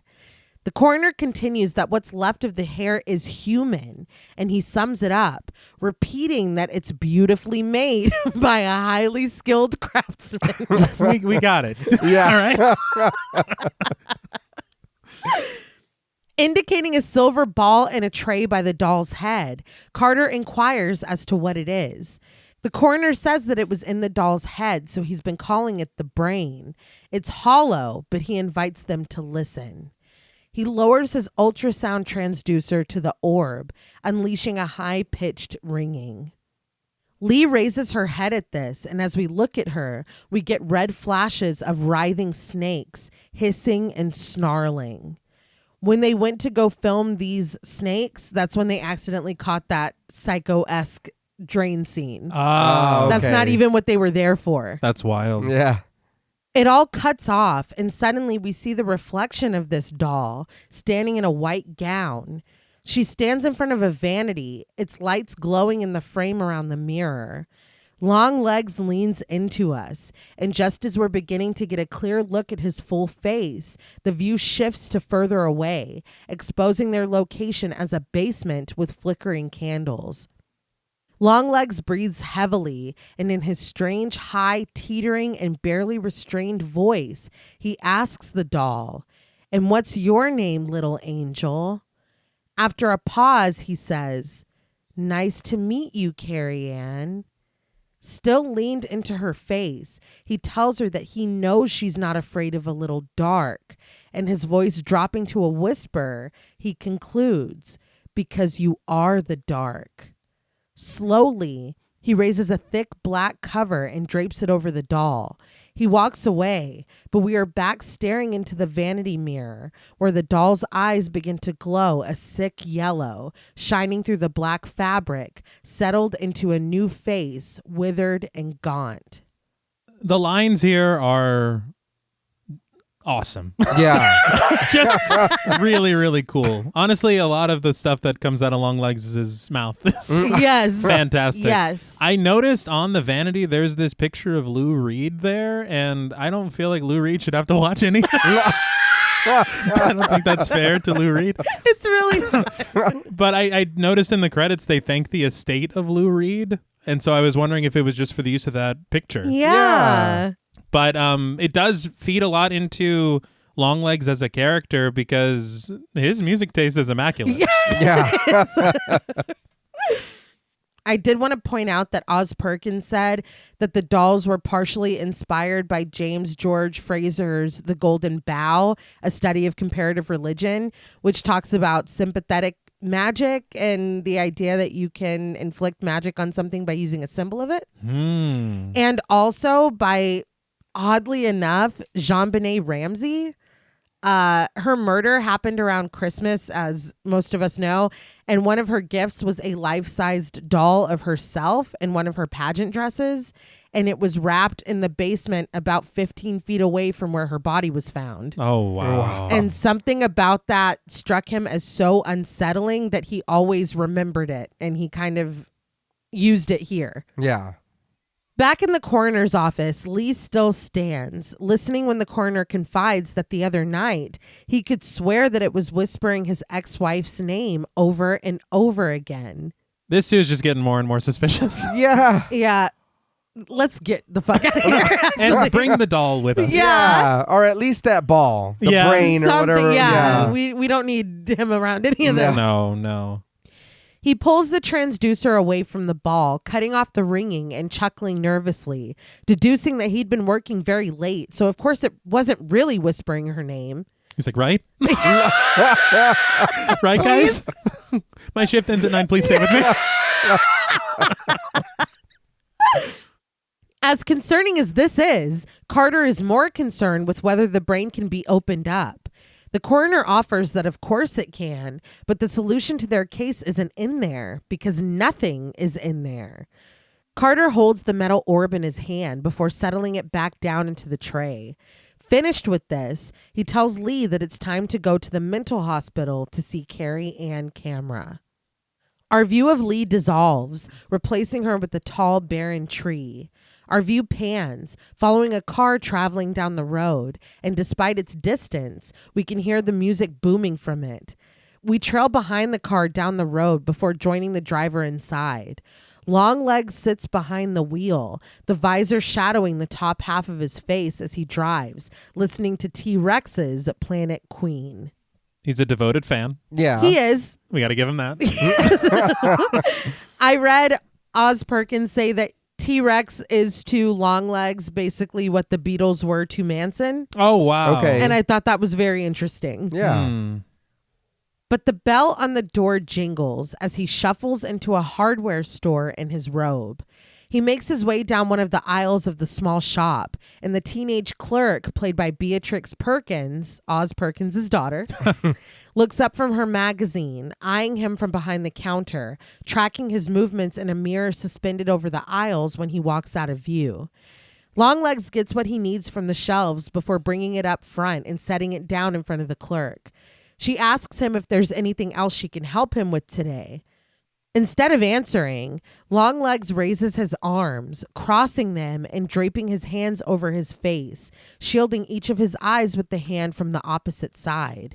He raises one, then the other, then both, and pulses, each time chanting, "Cuckoo, cuckoo, cuckoo."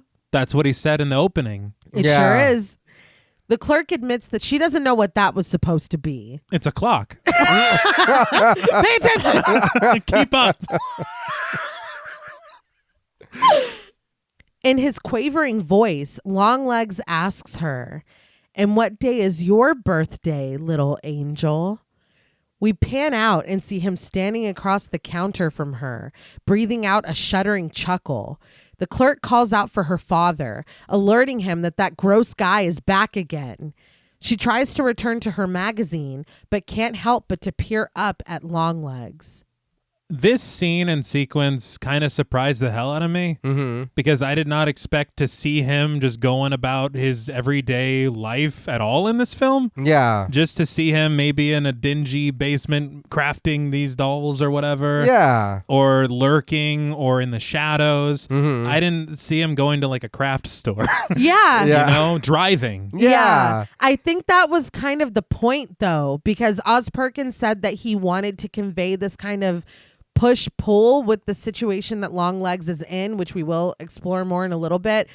But he's like, yeah, sometimes he loves it and Oz Perkins's words gets him off. But some days he realizes he's lost all the color in his hair. He's ruined his face, which again, we will explore later.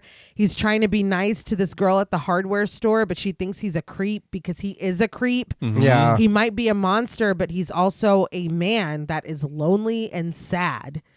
And I think that this scene really illustrates that. Because Yeah. in his own fucking weird way, he was trying to be funny or friendly or something. Just pay for it and go, man. Please. Well, yeah. Like, Please. And her calling her dad, like, he's done this before. yeah. It's almost kind of like if the Joker walked in to buy toilet paper. It's like, What the hell? You know, You don't expect it. Yeah, you don't expect It's it. like, It's oh, like, he look, shits too. yeah, please don't blow us up. Just buy the toilet paper and go. He's just Like, a man. Yeah. Dude, that's crazy. I will say Perkins said this is one of his favorite sequences in the film, and I don't know if it's just also because his daughter has a cameo in it, but Yeah. Yeah. it is very interesting to see this other side. Yeah. It is, like you said, just very unexpected in a really interesting way that I think that we don't, because he's the villain. I Yeah. mean, he's a villain at least. And that's not something that you really get. I mean, he's making those dolls. He needs supplies. Yeah. Yeah. But we cut to Longlegs back in his car, the sky darkening to dusk outside his windows, and no music accompanying this ride, only the rumbling of the engine. Suddenly, Longlegs shrieks, his voice lilting into a scream as he sings, "Daddy, Mommy, unmake me and save me from the hell of living." He continues to scream until we cut away from him and join Carter and Lee in another office. I will say this is something that we sing quite frequently, but Yep. I did want to spare anybody listening. Well, it's very catchy, as you can tell. And I think all of us do this in the car, right? Every single one of us. You mean we're not supposed to? Yeah, no, it's understood. I did hear on commentary that Perkins said, these are the words in the script, but the performance of those words, 100% Nick Cage. Yeah. He took it and ran with it, and Oz Perkins is like, how do you direct that? Like, Yeah. you can't make that happen. I read in an interview with him that he compared it to a lion and a lion tamer. He goes, how much does the lion tamer actually do? Not a lot. He's like, you don't get Nick Cage in your film to tell him what to do. Okay. Fair. Yeah. But across the desk from them sits the clinical doctor played by Shafin Kareem. He wears a purple suit, the teal wall behind him serving as a backdrop. He shares that he's been here for 8 years, and for that whole time, Carrie Ann Camera has been catatonic, slumped into a chair by the door. But yesterday, she got a visitor, which he's never seen happen before, and it was like someone flipped a switch on the back of her head. Suddenly, she's there, wide awake, bright-eyed. Carter asks if he saw the visitor, and the doctor regrets that he wasn't there, but the log should say who it was. He turns the log book around to face them, and Lee finds the visitor who came to see Carrie Ann on January 11th. Written in black in capital letters, Lee Harker. She and Carter share a look. It was you. Yeah. And damn. That's just wild, man. Yeah. And again, it feels very Seven that Yeah. you are this ahead of me. Right. And taunting. Yeah. Lee asks if the guards check ID, and it just now dawns on the doctor that does sound like a good idea. But no, they don't require that. What? Yeah. What? Can't even believe this shit. Carter waits impatiently in the hallway as Lee visits Carrie Ann. She thanks Carrie Ann for taking the time to talk with her. We see her hair cropped short as she rests her head on her knees. Carrie Ann Camera, played by Kiernan Shipka, tells Lee, I've seen you before, ain't I? Kiernan Shipka. I remember her because I know you guys like Mad Men. Yes. Yes. So I remembered her from that. But she was also in Carriers in 2009, The Blackcoat's Daughter in 2015, Mm-hmm. and Twisters in 2024. She was in Twisters? Yeah. Good for her. Yeah. She's been great since she was a kid.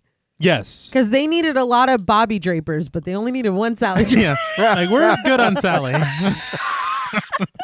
Switch that kid out. I did hear on commentary that it was always Perkins' idea for her to play this part. Okay. And he called her up because of their working relationship from the Blackcoat's Daughter. Yeah. Right. And he was basically like, hey, you want to come up to Vancouver for a day and film this part? And of course she did. Yeah. I love that. He had also said that they pitched her voice up for the part in the mix, which is an interesting choice to make, I think. Yeah. And we'll learn more about her speech patterns, Yeah. we'll say. It was successful for some of us. It was Not successful for some of us. It was about as successful as Lee's psychic ability for me. But It's still 50-50. yes, something interesting, and it's a direct quote from Perkins. Yeah. He said that it's not a dialect of anything, and it's pretty harsh. He goes, just the dialect of having your head fucked. Well, Oh, wow. okay. So that's Yeah. that's where she's from. Is that the county? Or? Yeah. Oh, okay. All right. But sitting on the couch across from her, Lee counters that she doesn't think she has seen her before. But calmly, Carrie Ann asserts in their country dialect that Lee has been to her house, or someone that looked a lot like her anyway. Lee asks how she's feeling, and Carrie Ann raises her head to mull it over. She admits that she feels different, like a long dream, and so dark, a world of dark. She says, like a nowhere, tween here and there. She asks Lee what that's called, doing the limbo? You think about what we saw Longlegs whisper to that doll. Yeah. So that's really creepy. Yeah. Lee asks, before the long dream, does Carrie Ann remember anything? Does she remember coming here or her parents? but Carrie Ann stares forward. We see a young Carrie Ann, played by Malia Hosey, returning from school on that horrible day. We watch her through the window as she pauses and looks around, uncertain. Present-day Carrie Ann says that they didn't know what to do with themselves. We cut to the living room of the farmhouse, something sitting on the couch, draped in black fabric. 2 glowing eyes shine out before fading to nothing. Now, Carrie Ann admits that she knows she was a handful as it was. In her bedroom, Mother Camera, played by Lisa Chandler, pulls off her heavy dress. She stands in her bra and half slip, exposing a scar trailing down from her belly button. Carrie Ann admits that her mother always hated her because she came out wrong when she was born and bled her up too much.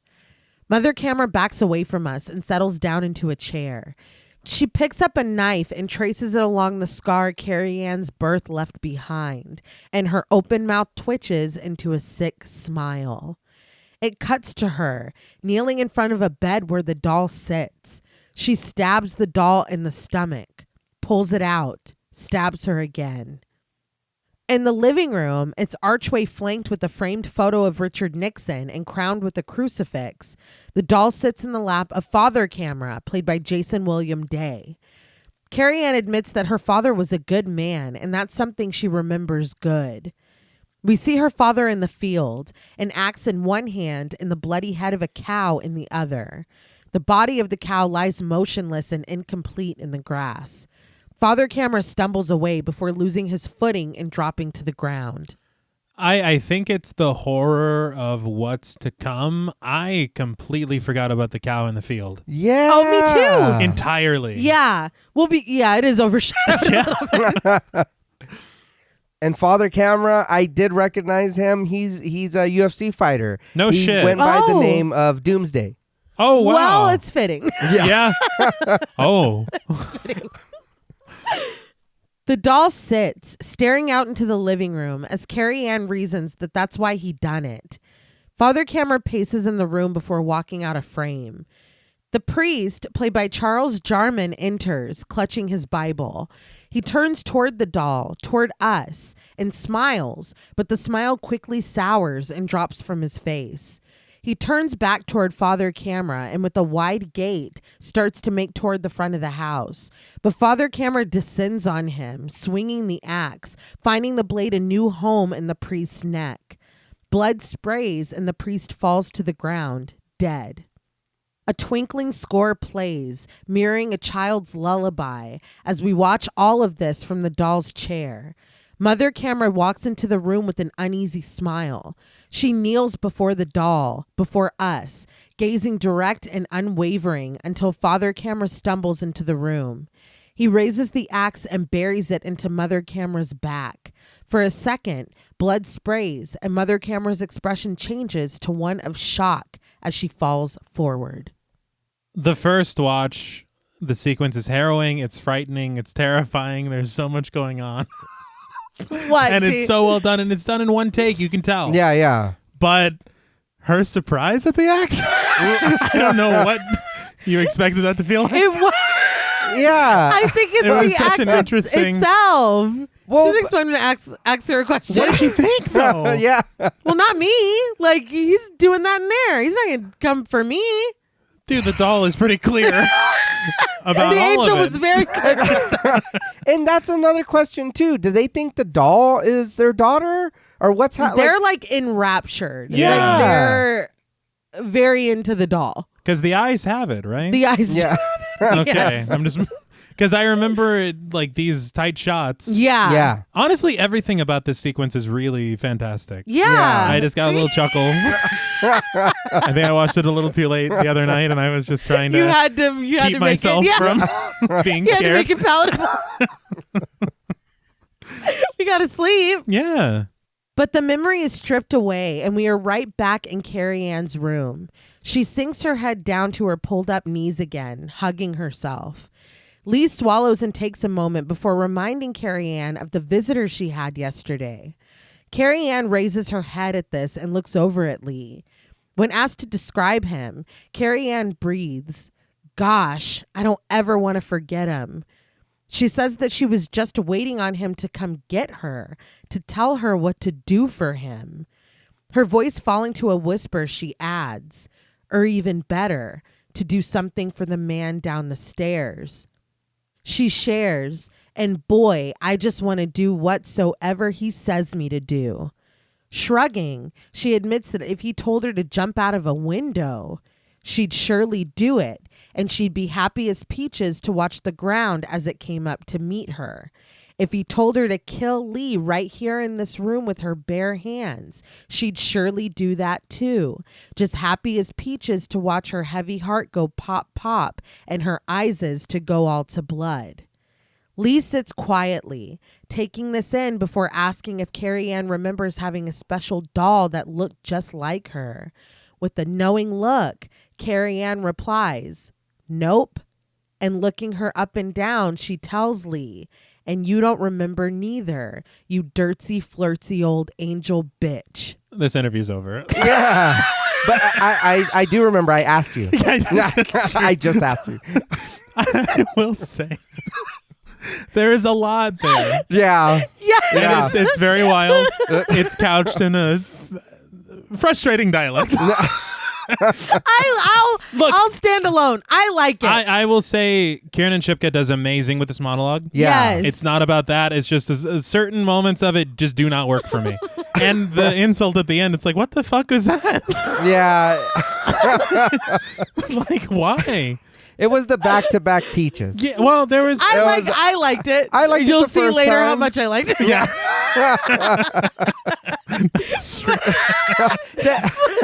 But I'm like, why am I getting so much backlash? No, I enjoyed it, but I will say listening to it, it comes off a bit Schmeagol. You know what I mean? So it's like... Is it the ISIS? Yes. Yeah. Yeah. That's where I was like, oh, nobody has ever said that. That's never been a thing. Except for... Yeah.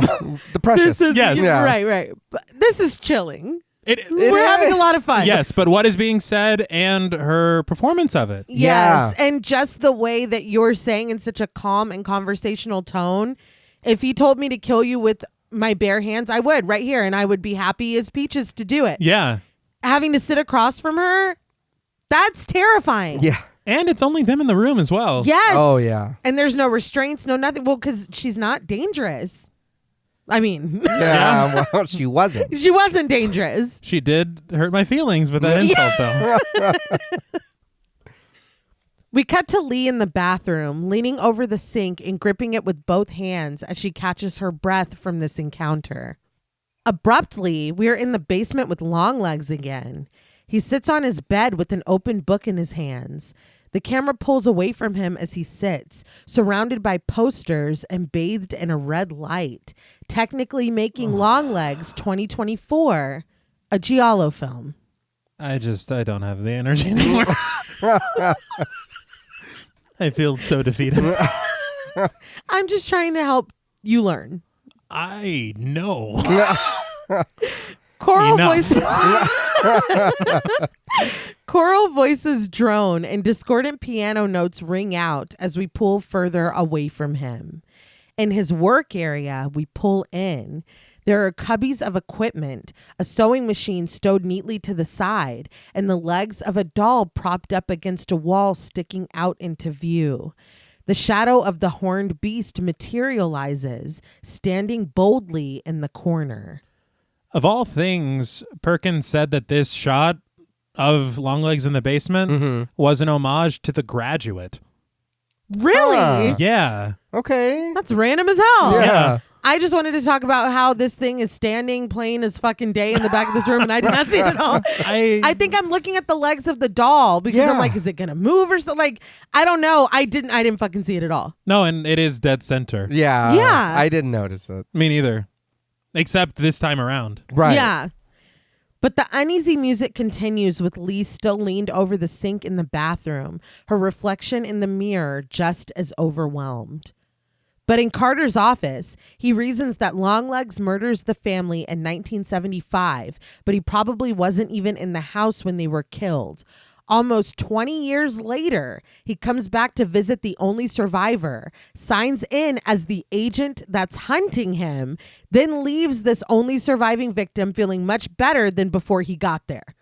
That about sums it up. Yeah. That's what happened, all right. Lee points out that Carrie Ann Camera came out of her catatonic state the same day that they found the doll, and Carter agrees that that can be anything but a coincidence. He says that they opened the ball that was in the doll's head and it was empty, like that creepy corner. Lee proposes that maybe they're missing the thing that makes it work. In some cultures, dolls are used to magically control people. Carter sits behind his desk and nods, asking with some skepticism if Longlegs is supposed to have killed them with the doll from somewhere else using something like a remote control. He says that Longlegs is only a man, not a witch doctor, and he invites her to sit down. So he's saying that it has to be a coincidence, the finding of the doll and Carrie Ann coming out of this catatonic state? I thought he said it was anything but a coincidence. But then his next line, he's like, it's not that. So it feels like he's kind of, if that's the case, he's kind of both sidesing it. That this magical doll being unearthed brought her back. Yeah. But it's not a doll being used to control and murder. Right. Well, yeah. He's playing both sides, so he always comes up on top. But why even him saying he's not a witch doctor, but we're talking about all this satanic panic that's going on? Why isn't that? Why are you immediately like, that's not what's going on? Listen, okay? Carter, to me, and we can unpack this more later, I think that Carter needs all of this to make sense in a very personal way. Okay. Do you get what I'm saying? I do. I feel like it's either one or the other. He's a little distracted because he got some news earlier that he really needs to talk to Lee about right now. Okay. I think that it's, I don't know. Maybe I am mistaken and he was saying that it was a coincidence, but I think that, I don't know. I just feel like Carter has seen too much and believes too much in Lee's abilities. Yeah. To be like, like, I just don't think he would write that off. I think that's why it was so confusing to me, because even in the car, he was the one that was touting this. Yeah. She was the one that belittled it. Exactly. And so it's like, now you're... Yeah. Yeah. Well, moving on. All right. Once Lee sits down, he asks her how Longlegs knows her name. Lee tells him, "I don't know, sir." But Carter is putting the pieces together. This case was ice cold, but as soon as Lee got involved, it started flowing like hot lava. He asks her point blank what she is not telling him. Lee lowers her eyes, struggling with her silence, but managing to maintain it. His fingers laced together, Carter tells her that he revisited her file. He asks her, when was the last time she talked to her mother? Her eyes still lowered, Lee apologizes politely, asking what that has to do with the case. His frustration simmering, Carter tells Lee that her mother called in a report on January 13th, 1974, one day before Lee's 9th birthday, which makes Lee's birthday the 14th. Lee's breath catches and she questions, "She did?" Carter confirms this. Lee's mother even gave the description of the trespasser, tall and pale. He prompts Lee to look at him, and when she finally lifts her eyes to his, she's trembling. He asks her, does she remember somebody at her house that night that looked that way? Lee says again, "I don't know, sir," before lowering her eyes back down. Carter tells Lee to go see her mother. She can report back what she has to say about the man that visited her house when she was a kid. He asks her if she understands, and Lee confirms that she does. So this is when you kind of start to put some things together. Yeah. Yeah. Things that felt a little disparate are now connecting. Yeah. In the next scene, Lee is in the car pulling up to her mother's house. When she parks, a long, high-pitched ringing sounds, prompting Lee to massage her temples. Interesting. I would say so, yes. Yeah. Lee lets herself inside the house and finds her mother in her bedroom. Ruth Harker, played by Alicia Witt, turns and offers a thin smile.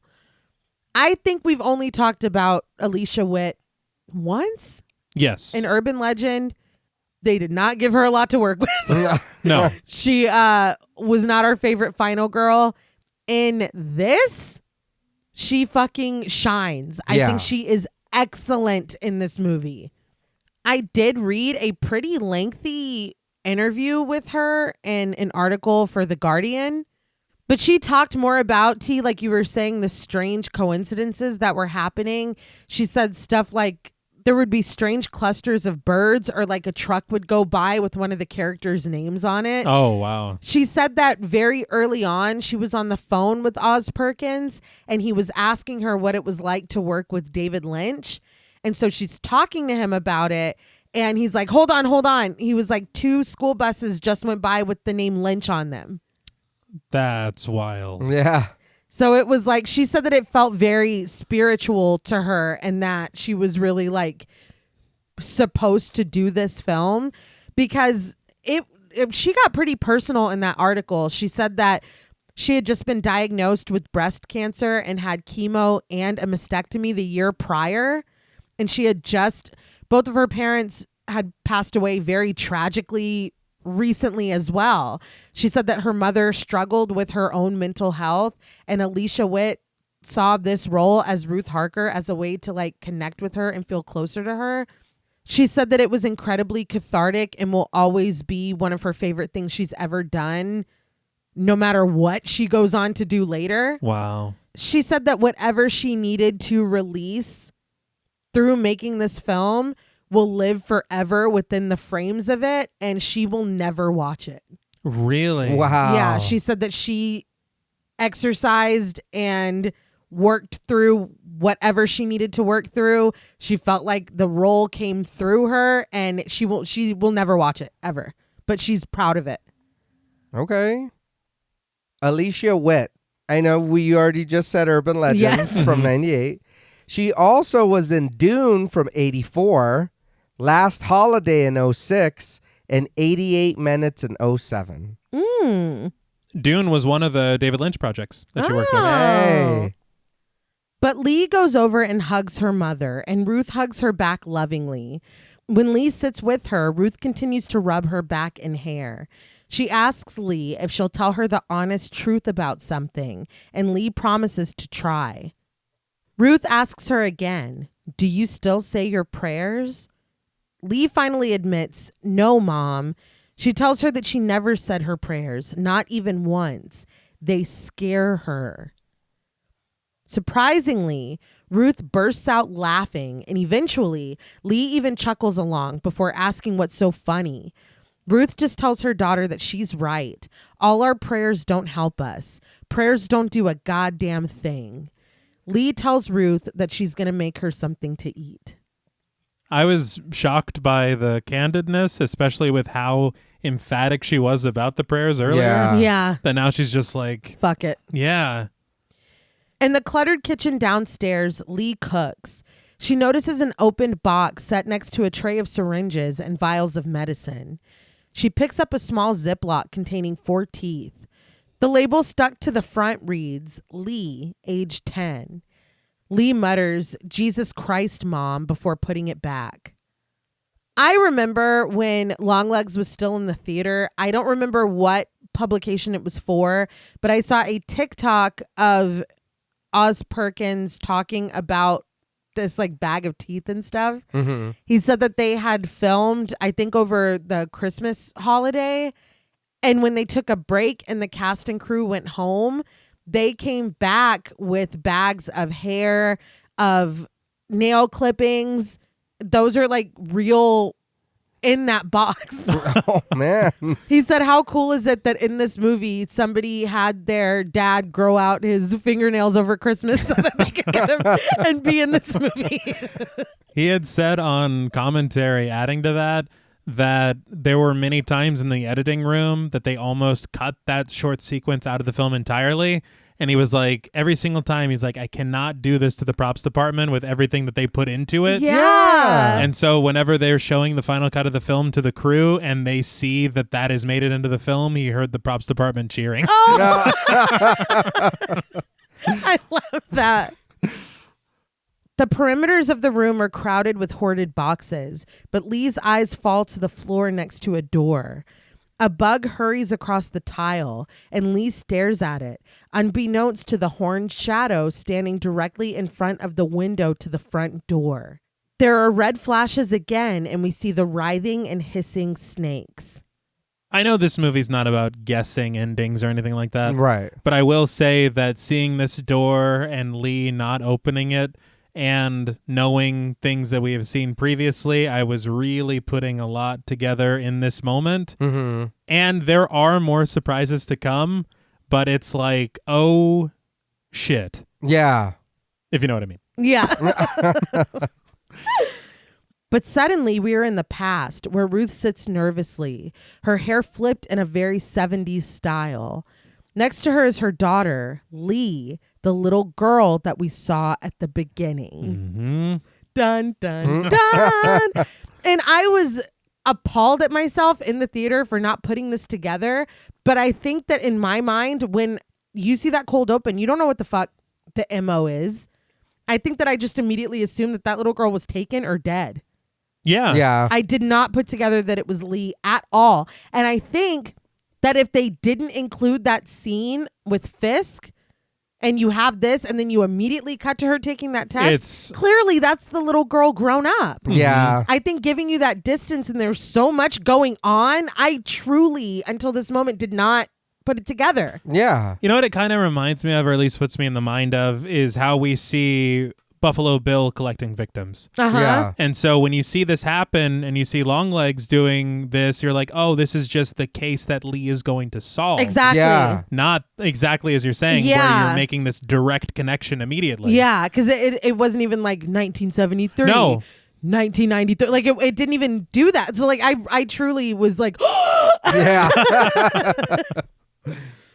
Lee stares straight forward, even when Ruth plays with her braided pigtail, telling her the good news that she got someone to cover her shift tomorrow because it's somebody's birthday. Now, in the kitchen, Lee lingers before crossing over to that door and pressing her ear against it. In the past, Lee tries to scrub a stain from a white shirt in the bathroom sink, but she's distracted when she hears a distant barking. Ruth goes to investigate, but the darkness of the house is disrupted by the light of a noisy vehicle spilling in through the windows. Fearful, Ruth snatches up the phone on the wall and tries to call for help, but there's distorted whispering on the other end. When the lights outside dim and the whispers fade to static, Ruth abandons this option and runs away. When she returns, she's loading her shotgun. Now, an adult Lee still lingers at that door, but when she tries the knob, she finds it locked. There's a cluster of key rings hung from hooks on the wall, but as soon as Lee reaches for one, Ruth calls out to her.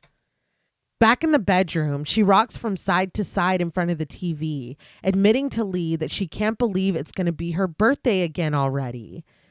Very interestingly, in the background on that television, you see what appears to be a minister or perhaps some kind of cult leader or something talking.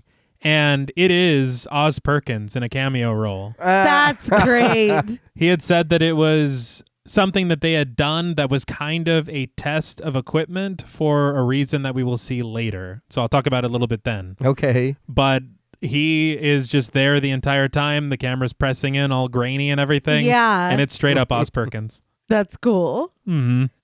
But Ruth muses, what a day that was. I bled. She repeats herself until Lee interrupts, asking her mother if she remembers her 9th birthday. Ruth stops swaying and closes her eyes for a long moment before shaking her head and telling Lee flatly that she doesn't think so. She doesn't remember anything. Does Lee? I'm like, I'm not fucking Yeah. You're the worst liar in the world. Lee turns and asks what happened that day, but Ruth gives her a firm no. Lee sits directly across from her and asks what she means by no, but her mother quips, "No is just the way it sounds, baby girl." Lee reminds her mother that she called the police and reported a trespasser. Rocking again, Ruth says that no one ever came to visit them. No family, no strangers, no big bad wolves, no anybody. She says that these are things that a little girl shouldn't know, but Lee tells her mother that she's not a child anymore. With an edge to her voice, Ruth informs her that she's not a child because she was allowed to grow up. Lee questions, allowed? But Ruth continues, this is a cruel world, especially for the little things, because not all of them are allowed to live. Lee asks her mother what she's talking about, and Ruth reasons that for both of their sakes, she may have forgotten everything she could, but she never threw anything away. She tells Lee, all of your things, it's all in your room. One thing I will say is that she obviously is being incredibly cryptic. Yeah. But the thing is that the way that she is talking and the way that she explains it, it could be explained away, just a matter of what she's saying. Not everyone is allowed to grow up. Yeah. You know, and so you think of it that way, but then her seizing on that word allowed Yeah. is incredibly important. Mhm. Yes. Lee has to walk past the clutter taking up half the stairs to make her way to her room. Once inside, she sits on her bed, but when she turns and looks at a wooden box pushed neatly against the wall, an ominous score rises. We see her in the past, pulling the lid off the box and setting it carefully onto the floor. She pulls out a smaller box inside, while the shadow of the horned beast stands in the doorway. Now, back home and donning her blue latex gloves, Lee sits in front of the same box and pulls the smaller one out. Inside, wrapped in a red rubber band, is a collection of Polaroids. Lee undoes the elastic and flips through them, but when she stops on one, her composure breaks. The score goes into a frenzy as we're back in the snow on that cold day. Longlegs stoops down, immediately washed out by the dazzling flash of a camera. Strange images of a veiled and splattered woman flash, and in her living room once again, Lee stumbles back, scooting away from the box and the photos. As she catches her breath, the score does too, fading away into a low hum. So that was frightening. Yeah. And I feel like, again, we are getting so many clues that just reward you on that repeated watch. Yeah. Yes. In the snow, Longlegs giggles, his lilting voice proclaiming, well, cheese and crackers. Young Lee takes the Polaroid, capturing Longlegs' botched face, his misshapen nose, exaggerated chin, puffy cheeks, and piercing beady blue eyes standing out against his white makeup. But the fun stops for him when Ruth comes over, demanding to know who he is and why he's talking to her kid. Longlegs stands to his full height again, and we lose the top half of his face. He tenses his fingers, a silver ring adorning his pinky before waving them, taking a deep breath, readying himself. He belts out in a wavering song. Let me in now, and it can be nice. Make me go now, and I'll have to come back. Not once, not twice, but as many times as I like. He belts out the last line, his voice rising to a shrill and uncomfortable shriek. I gotta say that. This little snippet has had us in a chokehold since we saw it at the movies. No, it's the catchiest thing you've ever heard in your life. It's Yes. very funny. It's. I think the thing is that Well, we use it for everything. yeah, it's couched in this song, and so there is like an element of humor to it. Yeah. Yes. But if you take apart the fucking words of what he's saying, it's the scariest thing that you've ever heard in your entire But he's life. going, let me in now. Yeah. No, it's But Jesus, it's frightening. It Yeah. is. I will say again, Perkins had mentioned on commentary that this was another thing. Yeah, of course, these words are written on the page, but everything of that moment is Nicolas Cage. It's brilliant. Brilliant is the perfect word. He said that what you have that he's working with as a director, he says it's the years of Nicolas Cage's career. This is the culmination of Nicolas Cage. He said, all I can do is just let it out like a valve. It's perfect. This moment is something that you will never forget. Yeah. Yes, and we didn't. I thought it was interesting because when he stands up, you kind of lose the top half of his head. Mm-hmm. And Oz Perkins had said that it's kind of symbolic that Longlegs has been an integral part of Lee's life and she couldn't see it. Mm-hmm. And so it's kind of reflected here and it being cut off. And he said that one of the worst things that you can look at are redacted crime scene photos because you know that what's redacted is worse than what you're already seeing. Okay. So he wanted to kind of convey that feeling. And it does, because as scary as what we see of him is, and even like the way that he's moving his hands as he's singing or as he's like, this is my moment, like he's getting ready to do it. It is. Yeah, I see the comedy in it. And yeah, we make jokes about it and we sing this way more than we should for how fucking scary it is. But my God. Yeah. If somebody did that and I'm outside, like, hey, get away from my kid. And that's their response, is like, we got to go inside. Yeah, no, we've made yellow snow and it's time to get the fuck out of here. And it cut so abruptly, but I would really like to know what Ruth said next. Yeah, what's the response to that? Present day, Lee finds Carter while he's on a walk. She gets out of her car, and as she walks over, Carter asks if she talked to her mom. Instead of responding, Lee thrusts the Polaroid into his hand, asserting that that's him. She explains that she found it in a box of photos at her house. Carter asks if she really doesn't remember him before sighing and telling Lee that they're going to have to bring her mother in and see what else she remembers. Lee concedes that they will, but for now they have this. Looking at the photo, Carter asks if she really wants to start a manhunt with this, and Lee tells him that she does. In Longlegs' basement, the red light is still on, but the bed is empty. A metal orb sits in a porcelain hand, and an in-progress doll's head stares at us, eyeless. This fades away, the doll's head match cutting to an older Longlegs, standing at a bus stop. He sways with his eyes closed, the white makeup on his face cracked and creased with the lines in his skin. His clothes, his skin, his hair, all mirroring the paleness of the muted sky and the snow behind him. Something wild, Perkins said that match cut dissolve was never the plan. Really? They had these two bits of footage, these two shots, and when they layered them and just combined them together, they got this as like a happy accident. Once again. Yeah. Since we're paused, I want to talk about Longlegs himself. Yeah. The makeup, everything, the whole inspiration. So they said that the plan between Nicolas Cage and Oz Perkins was to always have Nicolas Cage be as unrecognizable as possible as Longlegs. Oz Perkins said that he knew losing him 100% would be impossible, but he wanted 90. Okay. I think that's the right idea because Nicolas Cage is like a folk character. Yeah. You know, to where you see him and you're like, that's Nicolas Cage. Yeah. So that makes a lot of sense. And in the way he looks, he said he wanted not a dark specter, but like some weird, dirty angel. That's how he described him.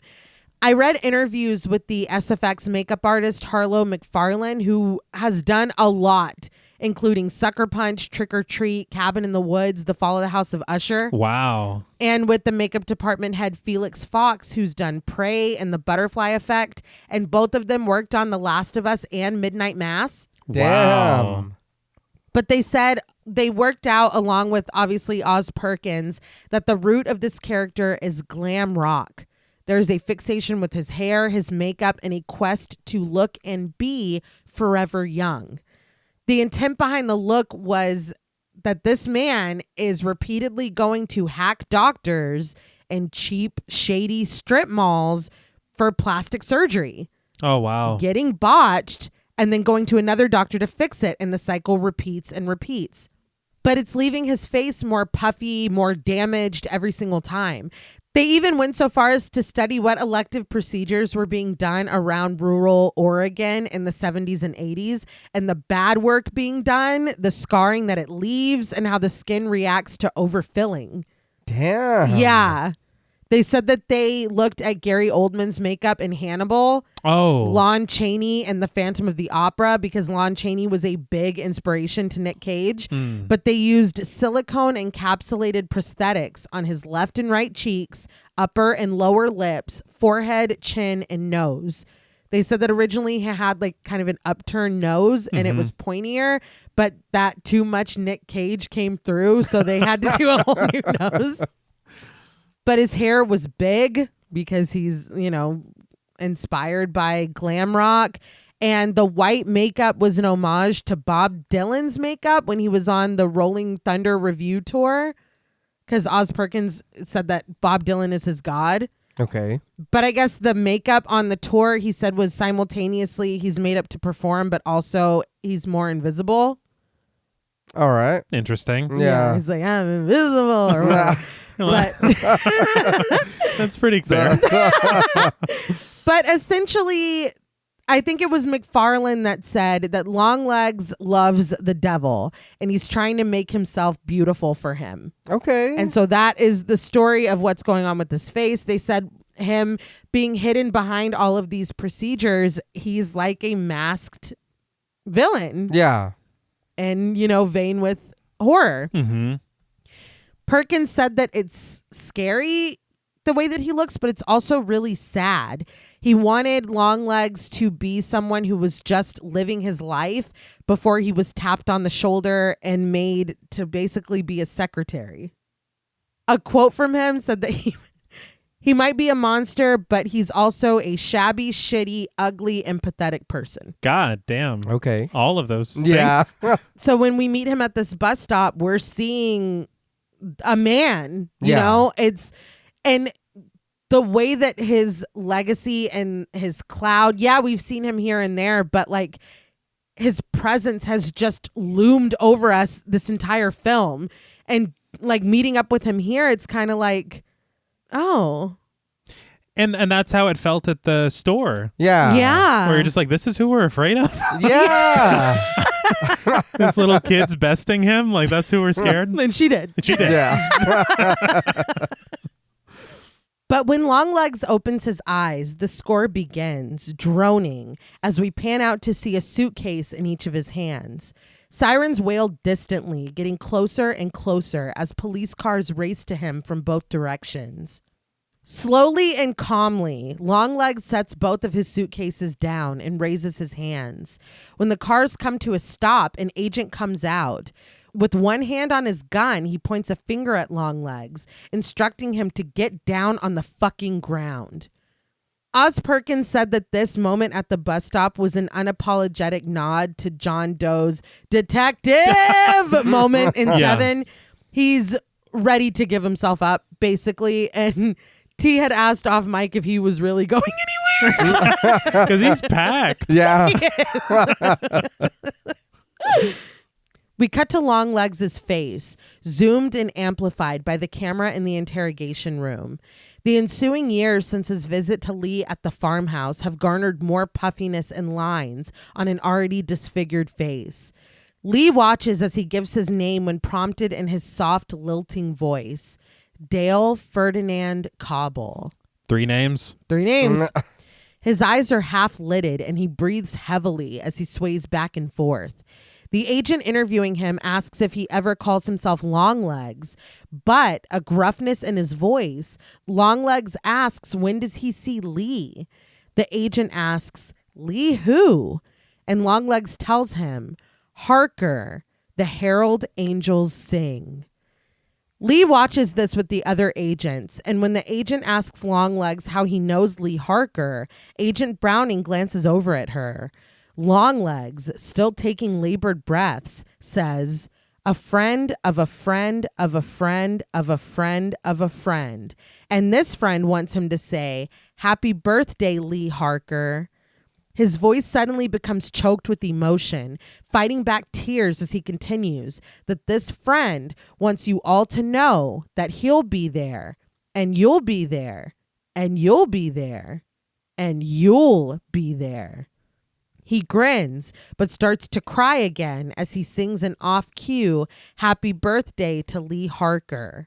Having had enough, Browning pauses the tape, explaining that it goes on like that for a while. When Lee asks how long, Browning tells her 24 minutes.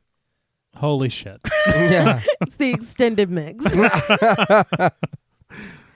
I did see in an interview in Filmmaker Magazine with the cinematographer, he was talking about filming this scene. Mm-hmm. And there are moments later where we do see the camera set up that is filming Longlegs. Mm-hmm. And the thing is that camera was a prop. But whenever he saw it, he was like, can we actually get one of those cameras and film the interrogation scene with it? Yeah. And so the production looked into it, and he was looking for a very specific 1990s Panasonic, I almost said Panaphonics because of the VHS camera. And apparently it was a pain in the ass to find, but they did eventually find it. And the test that they had for this camera was the cameo of Oz Perkins earlier. So they could prove that it worked and could be used for this purpose. Yeah. But the thing was, a lot of times in films, whenever you see a lot of people crowded around a TV, it'll really be a blue screen and they just pipe in whatever it is later. But nobody wanted that. They wanted a real reaction to what is happening. And so they have all these police as extras. They have never fucking seen this before. They don't know what they're here for. They don't know what anything is. So they were like, look, don't tell anyone about this because it's a big deal and a big thing that's about to happen.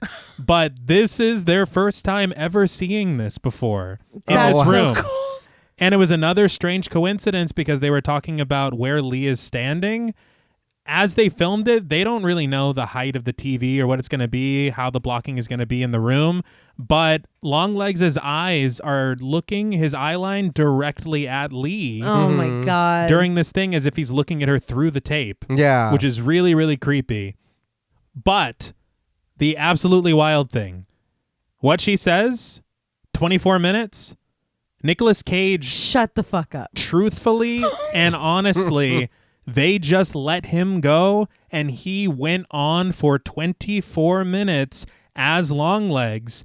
And there was a point that the cinematographer was like getting uncomfortable and thinking like, when the fuck are we going to say cut? Yeah. But Perkins just kept him going and it was all up to Nick Cage when he wanted to stop. God. So he did 24 minutes, almost half an hour. And Perkins was like, look, I'm not going to stop him. All he's doing is getting deeper into character. Yeah. Yeah. So let him go. And they let him go. Yeah. It's like, are you going to tell that guy to stop? No. No. Yeah, no.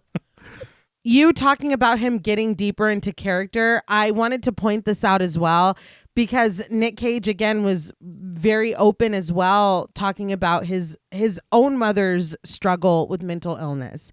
And he said that he channeled her as Longlegs and mannerism and manner of speech as well. And so he said, I'm aware that I turned my mother into a serial killer, but you're allowed to do that when you're being artistic or when you're an artist. And he said that he channeled his father for his performance of Dracula in Renfield. Really? Yes. So I found that very, very interesting because, again, like Alicia Witt, he said that it was a very cathartic way to work through some of the stuff that he had about his mom. Okay. And about him being in character as well, Oz Perkins said that he was very grateful and thankful that as soon as they called cut, he was Nick Cage again. Oh, wow. That it was on and off. Yeah. He said that he doesn't appreciate method acting and that he loved that Nick Cage is able to get into his character without being an asshole all the time. Well, he's a professional. Yeah. There was something, I can't remember where I read it, but they were talking about his ability and his knowledge of how to perform, basically. Yeah. Because there were these moments like he gets very loud at some points, but he's got this skill and it was wowing like everybody on set that he would get loud, but he would get loud just below the peak of the levels every single time. Yeah. And they're like, this dude is a fucking machine. Oh, yeah. Like, how is he doing this? How does he know where to stop? Yeah. Always. Yeah. And he did. That's incredible. They had just so much to say about Nick Cage. They talked about his like encyclopedic knowledge of film, period. And that Oz Perkins would tell him, have you seen this? He could tell him at 10 in the morning, have you seen this movie? And he'd be like, no. And then he'd call him at noon and be like, that was great. He just wants to watch everything. Extraordinary talent. Yes. I mean, it's there. It's in the It's name. there, yes. But Carter dismisses everyone from the room besides Lee and Browning. They leave and Carter sits in a chair, Longlegs' blown up face paused behind him. When the room clears, Browning reports that the luggage was stuffed with notebooks filled with his own writing, and the handwriting matches the notes. They're also heavily satanic. And this again, it has to be a nod to Seven. Yeah. All the notebooks. But she tells Lee that while the Bureau does appreciate her contribution, it puts them in an odd position. She says that there is no physical evidence that Longlegs has killed anyone, and while he does worship the devil, that's not a crime in the United States. Her concern is the fact that he knows who Lee is, but he can't do anything about that now because they have him. Her gaze lowered. Lee finally speaks up. And I stood upon the sand of the sea, and I saw a beast rise up out of the sea with 7 heads and 10 horns. And on his horns he wore 10 crowns, and on each head was written the blasphemous name. Browning recognizes it as the Book of Revelations, but Lee corrects her. Revelation, singular. She asserts that Longlegs isn't acting alone. He has help, and it may be from multiple people. It has to be someone that the families are comfortable with letting into their house. Browning agrees, someone that they knew or that they met before. Lee ventures that it could even be a child or someone that could pass as a child. Carter cuts off her train of thought, reminding her that they got the guy that wrote the letters, and if they play their cards right, he'll spend the rest of his life in jail.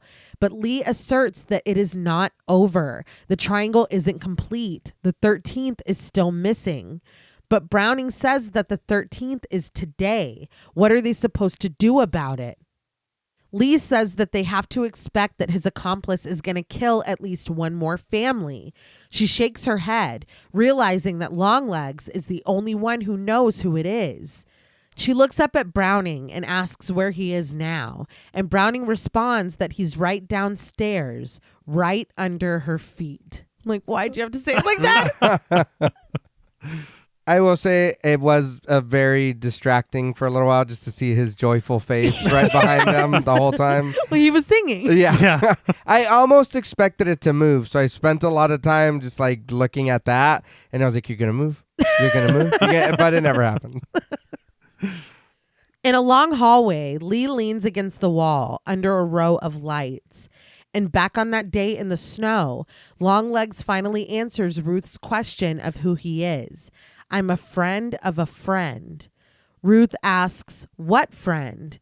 He reasons, gesturing down with his hand flat. My friend that lives downstairs. With her daughter clinging to her, Ruth asks, downstairs from where? His height still obstructing the top of his face, Longlegs grins. Everywheres. You can even call him Mr. Downstairs. Well, I appreciate the introduction. Yeah. You're scaring the fuck out of me. Yeah. It's a little different than Mr. Worldwide. Yeah. Slightly. Yeah. Very different. I will say, though, the Everywheres is close to Carrie Ann. Yeah. Yeah. So maybe there's a little overlap there. There's. In the hallway, Lee presses her back to the wall, catching her breath with her eyes closed. In the interrogation room, Longlegs sits with his head lowered, his pale hair obstructing his face. When the door buzzes, he looks up to see Lee walk in, and overwhelmed, tears spring to his eyes as he wails, "Oh, there she is, the almost birthday girl." He gasps, overcome with emotion as she sits down across from him. Tears cut through his pale makeup as he chuckles that it's funny. The day she decided to go into law enforcement, she was 20. He tells her, "We had such a big laugh about it, although it was only me that laughed, not she."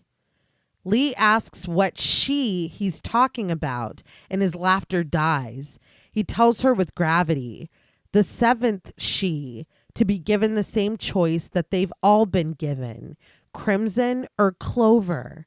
Accept the gift and destroy it, and destroy yourself and yourselves, or keep it and bow down.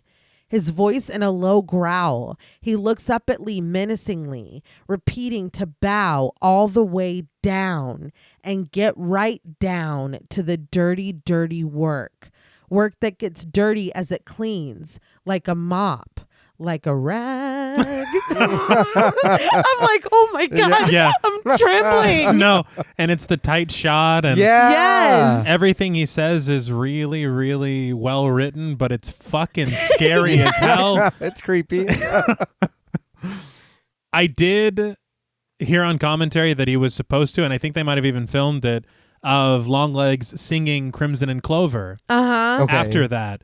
But I guess they eventually decided against it. He does get to sing Rag still. So And the thank song, God for that. Yes, it stays in his heart. It's fine.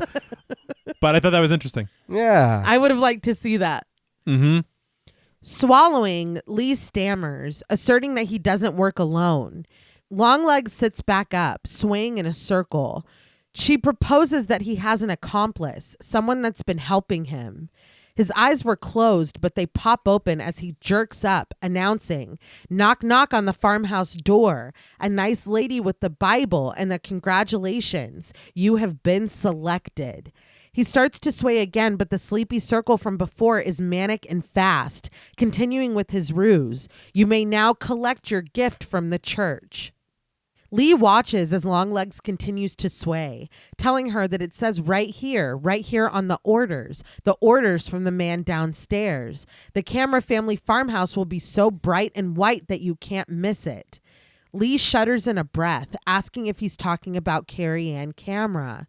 She wants to know what he told her when he went to visit her. But Longlegs continues in his circle, ignoring the question and breathing her name in a sigh, telling her that her house was even whiter when he came to visit. He nods, grinning, and Lee asks, "January 13th, 1974, right?" But Longlegs continues, excited that house number 8 was so white, whiter than a fish's throat, whiter than tits. He says that that's when he knew the work they were doing was immaculate. He closes his eyes, sighing and basking in the ecstasy of this knowledge. But eager to burst his bubble, Lee tells him with disgust that his work is over. It's done, and he's going to be in here for the rest of his life. Longlegs comes back to himself. No more monologues, no more circles. He opens his eyes, confirming, "Yes, I am done, but I won't only be in here. I'll be a little bit of everywhere, waiting in the wings."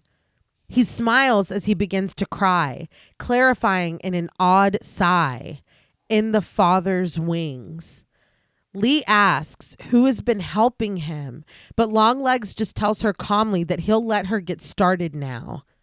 We're looking at him head on when Lee asks, "Who is the man downstairs?" And after a moment, Longlegs answers, "Why don't you ask your mommy?"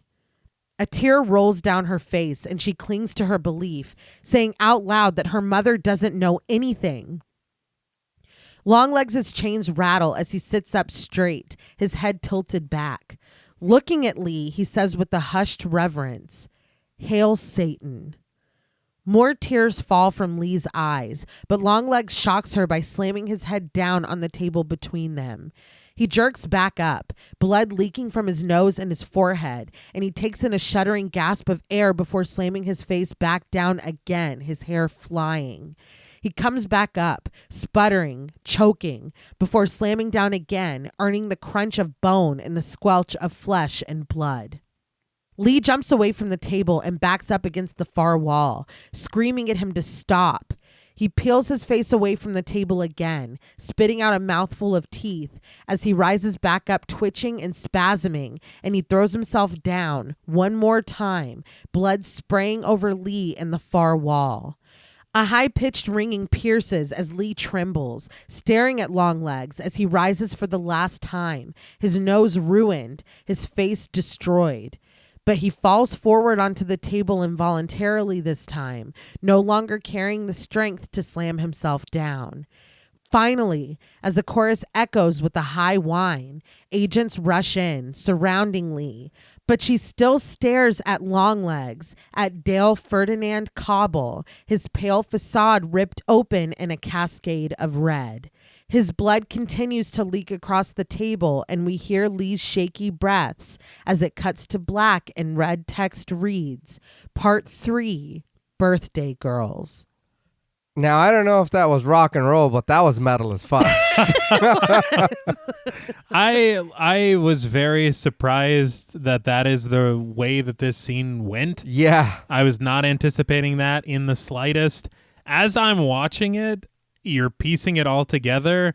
He is telling everything. Yeah. And Lee hears him, but she does not want to listen to him. No. Right. When she says, who is the man downstairs? I'm like, now Lee, Right now, come on. who else could it be? Like downstairs from us? yes. Or like- The apartment beneath? No. Who's been popping up in the back Yeah. the fucking entire film and dissipating into black ether? Right, I know you feel it. Yeah. No, I could not believe this. I was entranced. I was hanging on his every word. Like you said, T, it is so well written. It's so well performed. And I think on subsequent watches, I gain an even greater appreciation for it. Yes. Because even knowing what's going to happen, even knowing what he's going to say, even knowing how this film ends, this scene is just so fucking good. And Micah Monroe said that this scene, reading it, was the biggest reason she wanted to do this film. And I thought that this was very cool. Oz Perkins kept her and Nicolas Cage apart the entire time they were filming. When he's in her house earlier in the film, that's a stand-in. That's not even Nicolas Cage. She never saw him. She never heard his voice, nothing until this scene.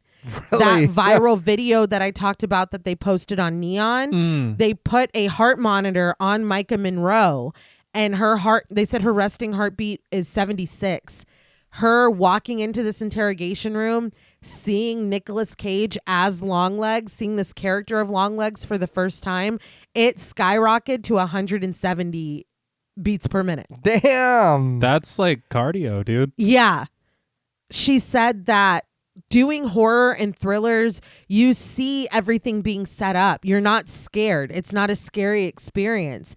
She said getting ready to walk into this room and do this scene, she was terrified. Sitting across from him, she was afraid of how he looked, at the way he was acting, at what he was saying. She said that she had to go and watch rom-coms to decompress and be able to sleep.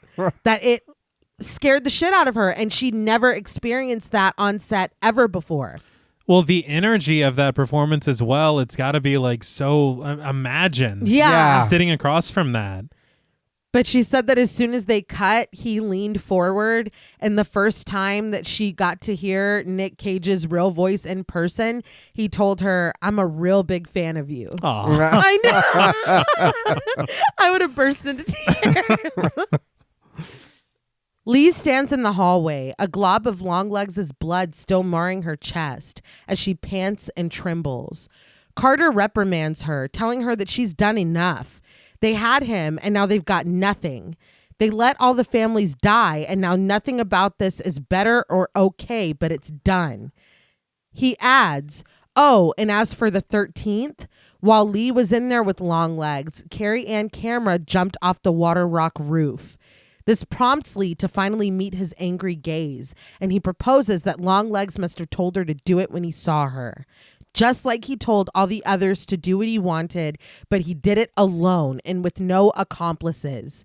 He storms off, leaving Lee behind with Browning as he mutters to himself, no black magic, no voodoo, no nothing.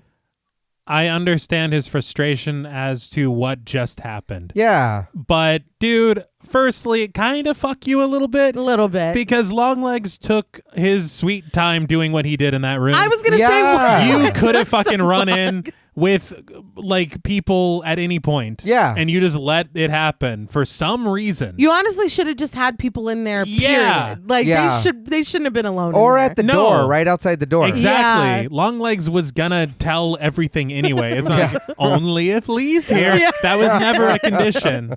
And the fact that he was pissed off at Lee just pissed me off. Yeah, no, I get it. And I'm like, hasn't she been through enough? Yeah.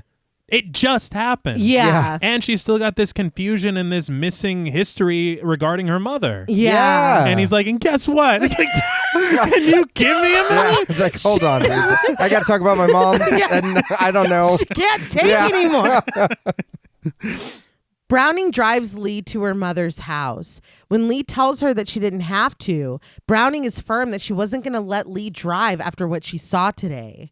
Browning looks over at her, but Lee is staring straight through the windshield at her mother's house. Browning asks how she wants to do this, and Lee proposes that she should go in alone. She can tell Ruth that she needs to come in for questioning because they think she can help identify the accomplice. Browning looks uneasy, but she agrees, promising to stay right here, and determined, Lee gets out of the car. Taking in measured breaths, she walks up to the front door and pushes it open. We follow Lee as she walks inside, calling out for her mother in the cluttered rooms. She continues forward, past a mountain of her mother's hoarding, and just as she pushes the door open for the living room, we return to the car. Browning sits behind the wheel, still looking forward at the house.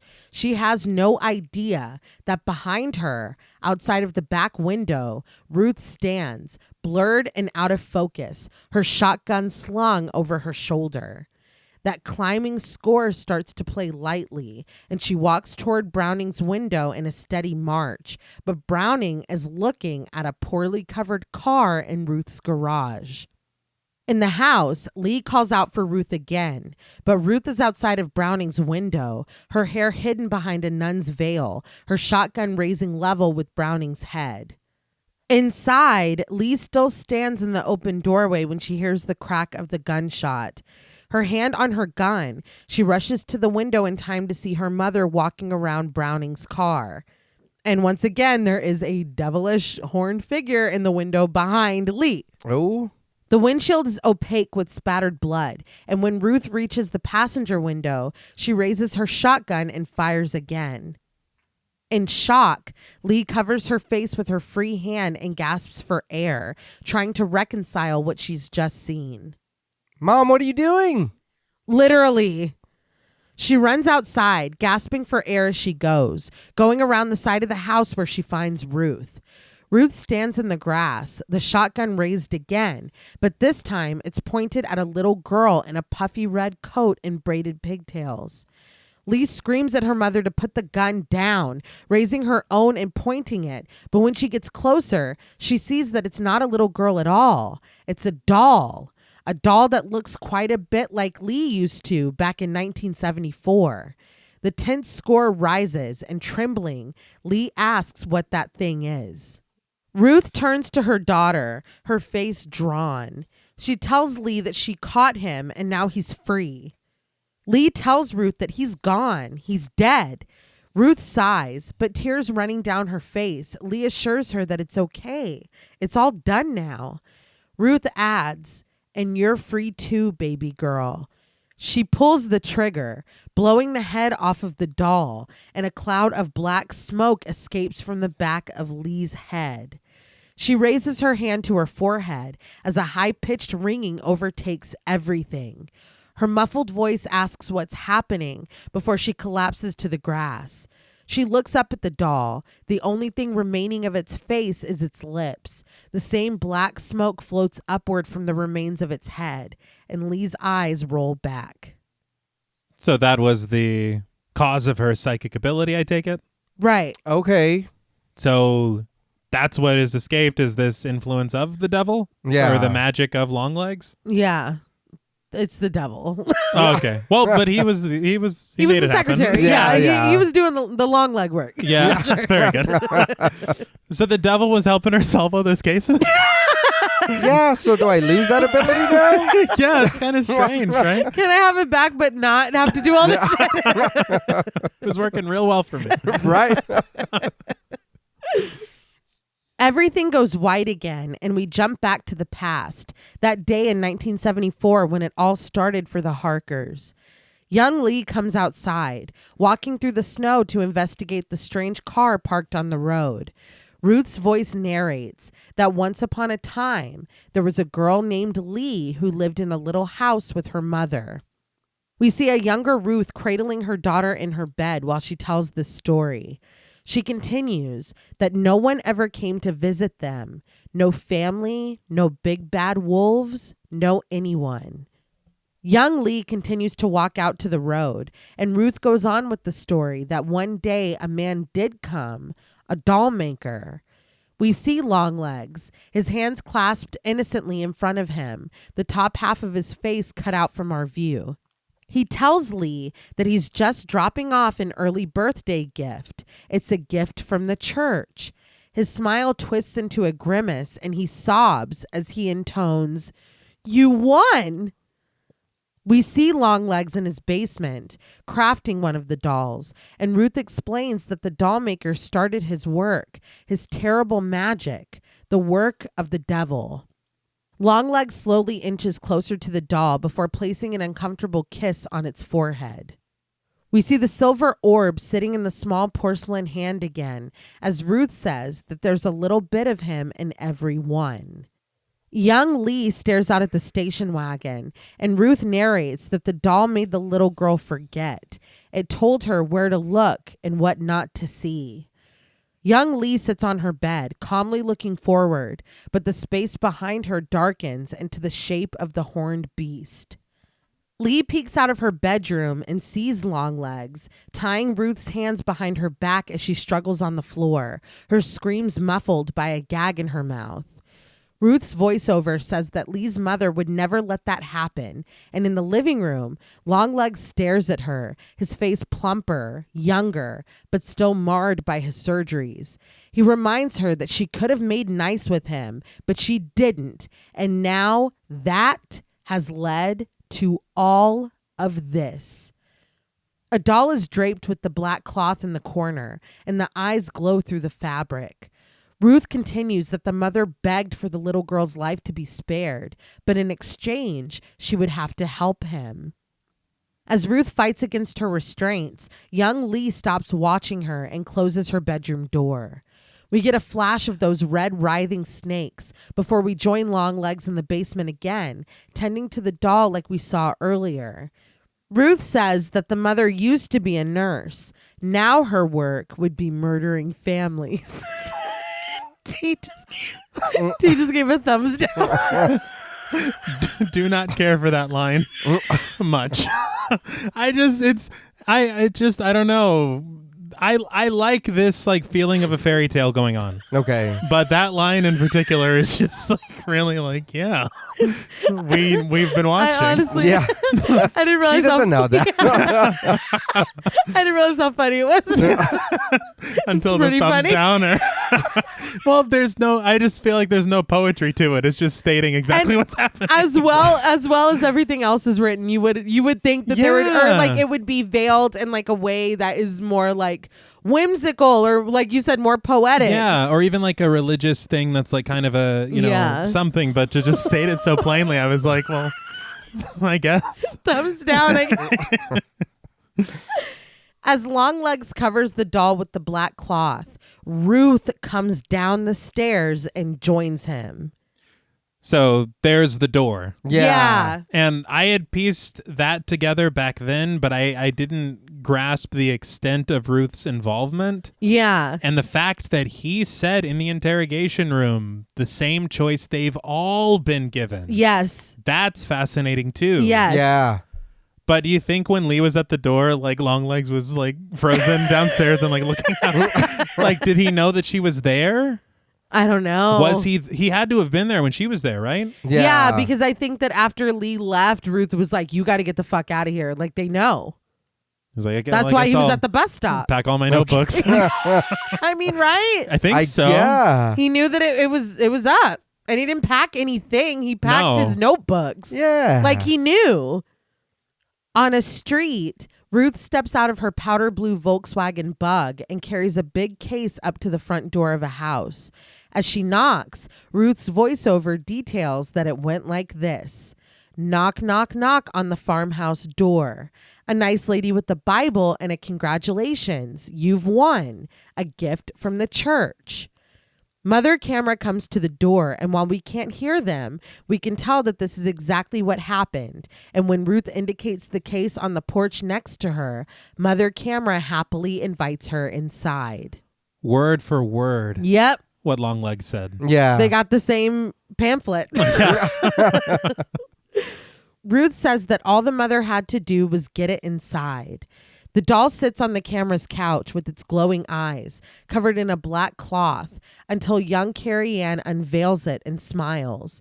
Ruth says that from within his hiding place within the dolls, the devil did the rest. We pick up from the last time we saw Mother and Father Camera as he pulls the axe from his wife's back. When her trembling hands reach up into our view, Father Camera brings the axe down again, effectively painting the door red with the resulting spray in her blood. Ruth flees the house, running outside and throwing up in the street. Narrator Ruth says that all Lee's mother had to do was watch and make sure it happened the way he wanted it to. She rocks herself in the car, sprayed with the blood of the Camera family, her eyes wide and traumatized. But she lays back in bed with young Lee, the narration surmising that that was the deal that Ruth made. We match cut to Lee lying in that bed alone, curled into the fetal position. When she wakes, she looks dazed, taking a look around the room before finally peeling herself out of the bed. We hear the distant ringing of a phone, and the camera stays in such a way that when Lee stands, we are watching her walk upside down.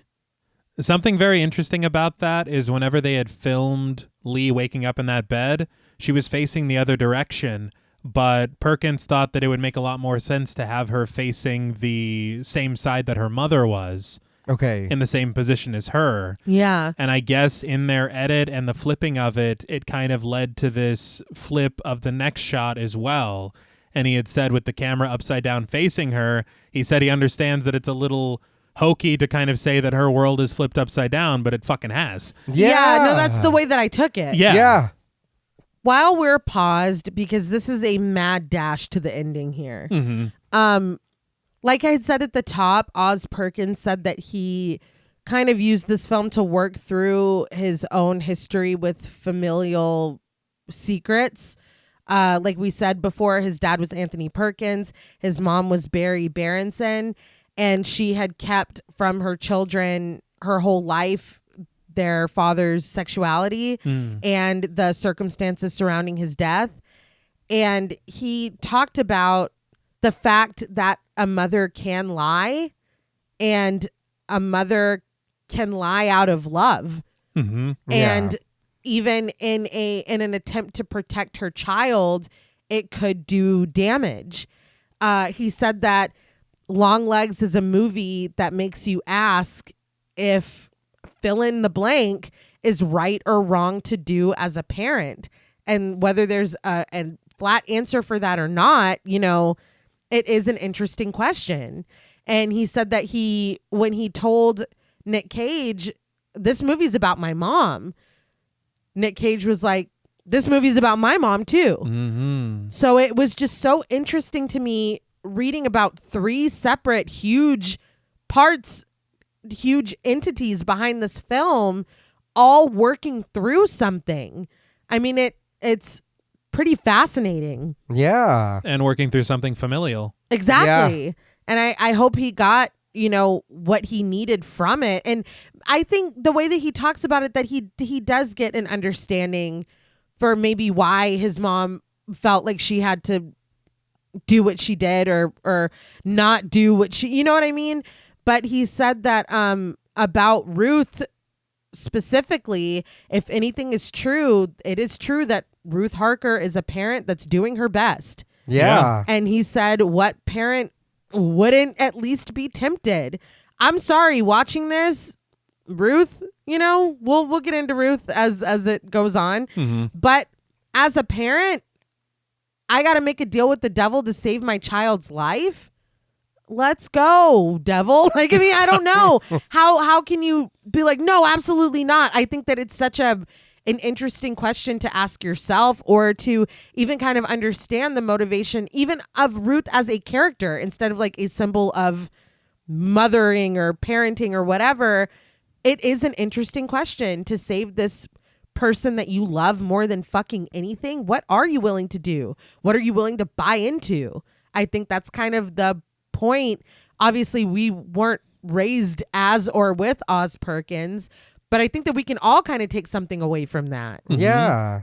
That is something that I kind of stopped and thought myself at this point was that I'm listening to this, and as a parent, yeah, I'm gonna do the same thing.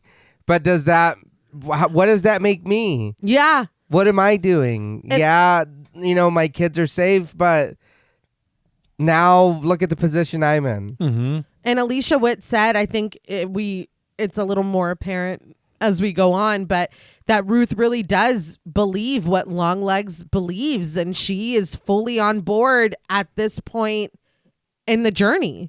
I mean, especially if we're going with the assumption that she tipped him off. Yeah. Yeah, that is true. I just felt like it was such a thought experiment for me looking at it through that lens.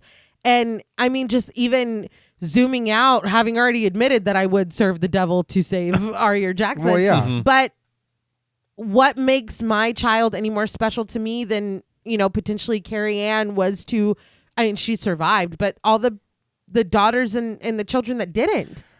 I think maybe at least from Ruth's perspective is exactly what Longlegs said, is that every single one of these parents had the exact same choice and possibility, opportunity, however you want to look at it, to make the same deal that Ruth did. Yeah. And they didn't.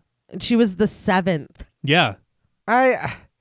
It's just hard. You know what I mean? Oh, it's it hard is. to sit there. And I mean, I would, of course, but it is, I mean, thinking about that, like you're saying, what's the difference in my kid and that? Yeah. But it really comes down to what's the difference in the parents. Are you willing to do that for your kid?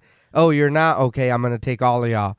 Let's move to the next house. And we kind of see, I mean, Ruth, the way that she reacted at first, crying and cowering in her car, and then kind of maybe like a callousness or I mean, it's a very different reaction once we catch up in a minute. Yeah. Well, it's like going to work now. It's, Yeah. She used to be a nurse.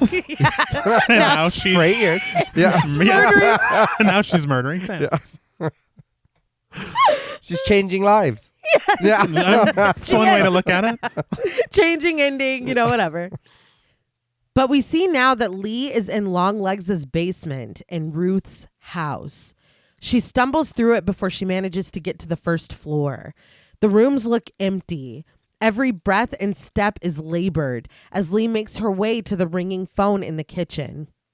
When she answers it, a droning and gravely voice warns her that she is late for Miss Ruby's birthday party. So according to Perkins, originally when she comes up the stairs, she is making a phone call. And it wasn't until the editing that they decided to change it to her receiving a phone call. Okay. And he said straight up that on the phone, that is the devil. That's Satan. Oh, damn. How nice of him to remind me. Yeah. What are you, my iPhone? What the hell is this? You have an event coming up. It's like, okay. Lee hurries outside as the droning choir accompanies a pulsating score. She throws the covering off of Longlegs' car in the garage, and we cut to her driving down the road. Hunched over, Lee grips the wheel with both hands and screams at the top of her lungs, very reminiscent of the way Longlegs did it earlier. She manages to get back to Carter's house, stumbling as she sprints to their front door. And when Carter opens it, he smiles brightly, remarking that she made it. I don't know if I slipped into an alternate universe or not while I was watching this part, but I could have swore when she left the house, it was in a car without panels on the side. It was just like a regular car. Then after she screams and she turns into the driveway, it is his car, and it's the station wagon. The medallion hanging from the rearview mirror is the same. Yeah. Mm-hmm. I didn't catch that. I just thought it was his car, but I was also very afraid. Very into what was happening. Something Perkins said before we go inside this house, he said that what he wanted originally is to hear music playing from the inside of the house, and it was supposed to be the unbirthday song from Alice in Wonderland. Oh. But there was no fucking way that they could get permission from Disney to do it. Yeah. But that was his initial idea. Okay. That would have been cool. Yeah. Mm-hmm. But Anna joins Carter at the door with a smile, telling Lee how nice it was for her to come. But Lee is disheveled and out of breath. She asks Carter if everything is okay, and Carter insists that it is. In fact, Ruby just started opening her gifts. Anna takes Lee by the hand and leads her into the living room, and Carter stays behind, looking annoyed as he closes the door and follows Lee and Anna to the next room. But just as the door closes, we get a glimpse of the devilish shadow in the window. I think this is my last one. That's 10. 10 is pretty good. Yeah. I think we've all done well. We should pat ourselves on the back. But those 5+, if anybody has seen them. Yeah, please let us know. But on the couch, Ruby sits with a doll created in her likeness, right down to the braided pigtails. Ruth sits in a nearby chair, her hair hidden behind her nun's veil. She sits quietly, her fingers resting on her purse, but her eyes flit up to Lee's and hold her gaze. Lee passes through the archway adorned with the happy birthday banner to the couch where Carter sits with his wife. She tells Carter that that's her mom. Her mom is the accomplice. But in a jarring and booming voice, Carter barks at her to sit down. An uncomfortable silence descends, leaving Lee wordless and trembling. Anna raises an instinctual, comforting hand to her husband's shoulder before snapping her attention back to Ruth, apologizing for being a terrible hostess and having forgotten her name. But Carter still sits angry, his eyes on Lee. Ruth's eyes are on Lee too when she tells Anna that it's all right, don't mind her. She's just a friend of a friend. Lee shakes her head, imploring Carter to listen to her, but he stares silently, his eyes half-lidded. Ruby is still focused on her doll when Anna speaks up, proposing to Carter that it's time to get the cake. In a low voice, Carter agrees. He smiles. The cakes. He'll find something to cut up the cakes with. Anna sits by his side smiling, but her smile falters. She chokes back a sob and brings her hand to her throat before plastering a smile on her face again. Still looking at Lee, Carter asks his wife what she said, and brandishing a pageant smile, Anna starts. I just said, do you have to? But Carter finally turns to her, snapping. Does he have to cut up the cakes? Yeah, he's got to cut up the cakes because it was her stupid fucking suggestion in the first place. The Carter family is lost in their own days, ignoring Ruth when she tells Lee that Anna is already dead and the little girl will be next. Carter sits, his eyes brimming with tears as he stares forward before abruptly standing up, his height cutting his head out of the frame. He holds his hand to his wife, asking if she would like to join him in the kitchen. Anna giggles as she takes his hand, excusing herself to the rest of the room that she'll be right back. But Carter corrects her. No, I'll be right back. You'll still be in the kitchen.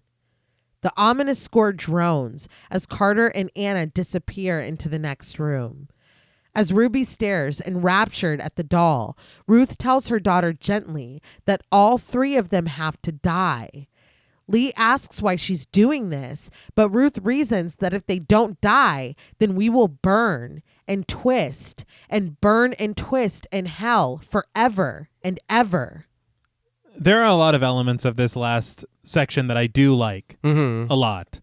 But then there are other aspects of this scene, and just maybe it's a matter of the script, but it does feel like a lot of tell, don't show for a lot of things that we already know.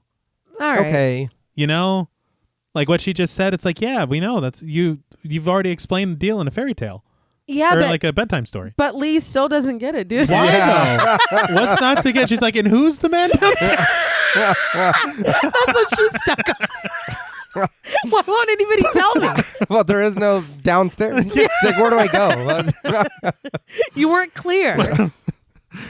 From the kitchen, we hear the unmistakable gliding of a knife being slid from a wooden block.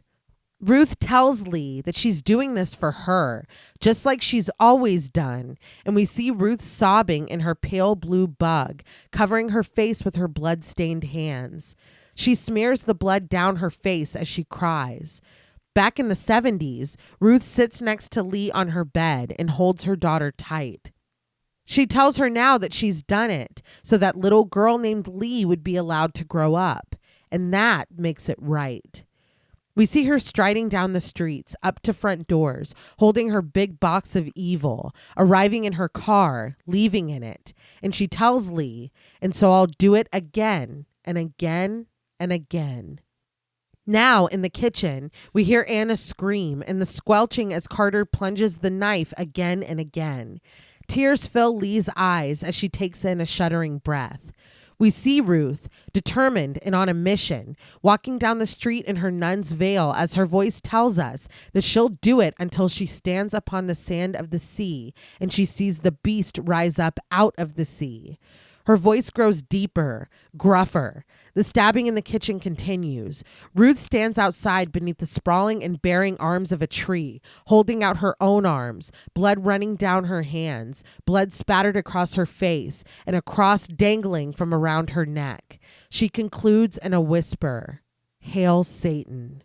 That shot is beautiful. Yes. Yeah. That whole sequence is fantastic. Yes. It's very, very good. Now, back in the Carters' living room, Ruby is so mesmerized by her doll that Lee has to physically pull her away. But just as she does, Carter comes stumbling out of the kitchen, the knife clutched in his hand and his cream sweater soaked in his wife's blood. Lee warns him to stop, but when he takes a menacing step toward her, she fires, hitting Carter and spraying the wall and Ruby's birthday balloons with his blood. Carter falls to the ground and Lee sobs, but Ruby has gone right back onto the couch to be with the doll. And in a stern voice, Ruth tells Lee to move away from the little girl. Lee calls out to her mom pleadingly, but pulling a knife out of her purse and jumping to her feet, Ruth screams at her, "Don't call me that!" Lee shoots her mother in the center of her forehead, splattering the window behind and causing Ruth to fall back into the chair. Lee sobs as she lowers the gun, but she gets herself under control and goes immediately to Ruby, who is still clutching onto the doll and hugging it. Lee gently leads her away before raising her gun to the doll's head, but when she pulls the trigger, the gun clicks empty, again and again. And we hear Longlegs' wavering voice singing, "Happy birthday to you." We see him sitting in his chair in the interrogation room, laughing uncontrollably, tears streaming down her face. Lee insists, "Ruby, let's go." But Longlegs continues to croon, "Happy birthday, Lee Harker. Happy birthday to you."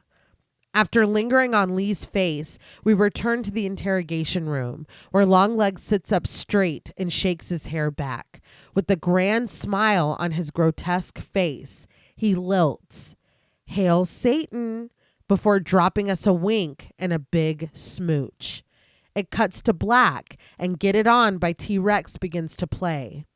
We get the title one more time in bold red letters, Longlegs. It cuts to black, and the credits roll backwards. Mm-hmm. So, what did you guys think of Longlegs? So yes, I Hal Satan, and I do have a question. What's the dental plan like? What are we talking about here? I still really like this movie. I like it a lot more than I did watching it the first time. I do feel like the theater is where you should experience what's going on with this, or you should have. It was very like a big spectacle, or like a big event going and seeing it at the theater. Watching it at home, it is a little more comfortable, and I didn't feel as like, oh my God, you know what I mean? But I think that it also gave me a different sense, or it unlocked a different fear being in your own home, and then you see all these shadows throughout the movie, and then it's like, well, I'm by myself, or I'm watching, and it's like, well, what the hell? It is a different feeling. Mhm. I like a lot of what's going on here. There, like I said at the very beginning, there is some nitpicky things, but for the most part, I mean, I feel like a lot of it really works for me. It is a pay attention to what's going on, and the end does explain everything again and kind of tell you what's going on. But I think for me, I did enjoy it, because it's like, if this was the only time I watched it, it's already been explained. I don't need to go back and watch it again. But I am, because I enjoyed what was going on the whole time. I liked the performances, the music, everything, the shots, like, again, learning about it and like us talking about it, it's like, man, this is really good. This is a lot better than, or I like it a lot more after talking about it. I think there is just so much to really, really love about this film. Yeah. I think, like, rewatching it, I think I've watched it maybe 3 times now. Okay. And each time, as Nay said in the intro, there is more appreciation gained for the things you really love about it. Yeah. There are these creative choices that just are so brilliant aesthetically. Mm-hmm. The way that they shoot these flashbacks versus the present day, the way that it takes you and this atmosphere that you just feel this dread throughout all the time. Yeah. And it is these wide-angled shots, or these the wide-framed, where there's so much shit that can be lurking that you become a little paranoid and uneasy every single second of the film. Yeah. Like, it's really, really, really good in that way. And I do think that there are a lot of elements. A lot of it really just speaks to me. Yeah. You know, like the element of true crime in a way. Mm-hmm. Then the supernatural element. Then these incredible and thoughtful shots. Yeah. The use of the music. These performances. There's so much good about it. I think that the small things that don't work for me do upset me a little bit more, because it's like, God damn it. Yeah. You know? Yeah.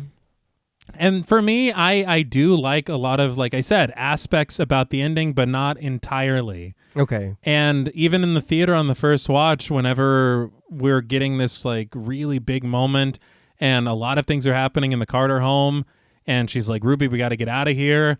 And then we cut back to Longlegs in the thing, and then he gives us a kiss, and then we get to the end credits. I thought in my mind, I was like, oh, they just wanted to show Nick Cage again. Like, Yeah. it didn't feel organic to me or make sense for that to be the last shot in the film, to me. Mm-hmm. And I did read that they actually did change the ending from what it was because of test audiences. Oh, okay. And he had talked about it on commentary as well. He had said that originally they went through a lot of ideas. Some with the doll's eyes beginning to glow, some with the doll turning its head. But whatever it was, everything that they tried and attempted, the test audiences didn't like it. And so they basically thought, well, let's go back to what, we really loved about this film. And it is Nicolas Cage's performance as Longlegs. And so they put Nicolas Cage at the end as like this little stinger before the end credits. And then the end credits themselves are an homage to Seven, also rolling backwards. Yeah. But I don't know. There was just something about that just didn't work for me. It doesn't make sense to me to see him again and to end it that way. Yeah. I don't know.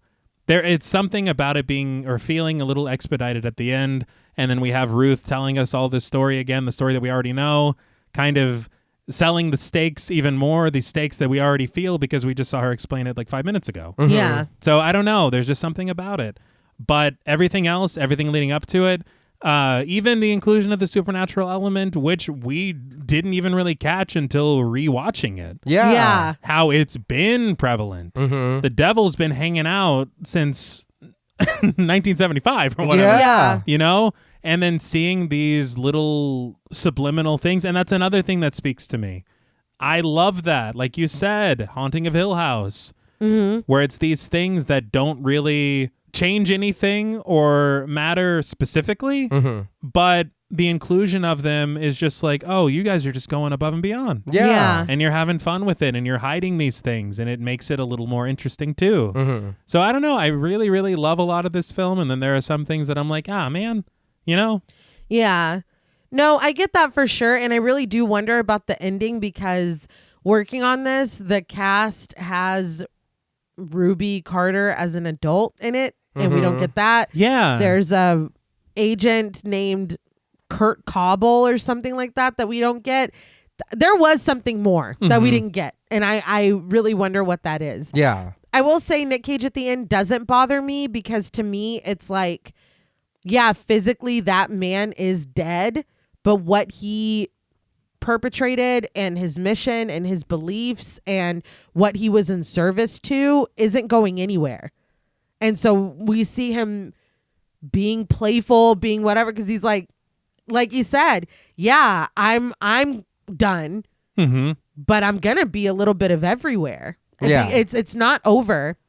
And her not being able to destroy the doll, and Ruth again, although expositional, yes, okay, but she's like, if all three of them don't die, all three of them didn't die. Like this is a cycle that's going to keep going. So in my mind, I'm like, and I think we talked about it off mic earlier. Was Ruby going to become the new Dale Ferdinand Cobble? Was that the message? I don't know. There was something there. Yeah. She's credited. I've read a lot of speculation online. Some people are guessing that maybe Lee becomes the new Ruth. Okay. I can see that too. On behalf of Ruby. Yeah. Right. And then some people, which would be really fucking cool, have speculated that maybe Oz Perkins has something up his sleeve a la Ty West and Pearl. Huh. Don't play with me. Yeah. That maybe there is more to this story that is like waiting in the wings, as Longlegs said. The Okay. father's wings. Indeed. Where can I buy a ticket to that? Because I will be there as soon as they will let me into the theater. But no, I really loved this. And I think, like you were saying, T, it is a film that just kind of speaks my language with, sprinklings of films and themes and things that I really love. The research scene, for fuck's sake. I mean, all the work that they put into Longlegs' appearance, the story, the personal ties to the stories, the music, the fucking hidden devils, it begs you to rewatch it, if only just for that. That I think it's two ways to look at it. You saying that the things that didn't work for you, it hurts more because you love the rest of it so much. The way that this was done, I'm like, it's okay, dude. Like, look at everything else you did. Like, you're amazing. You're doing amazing, sweetie. Yeah, that was a bit expositional. Yeah, I went from being a nurse to murdering families is fucking hilarious. Genuinely fucking hilarious.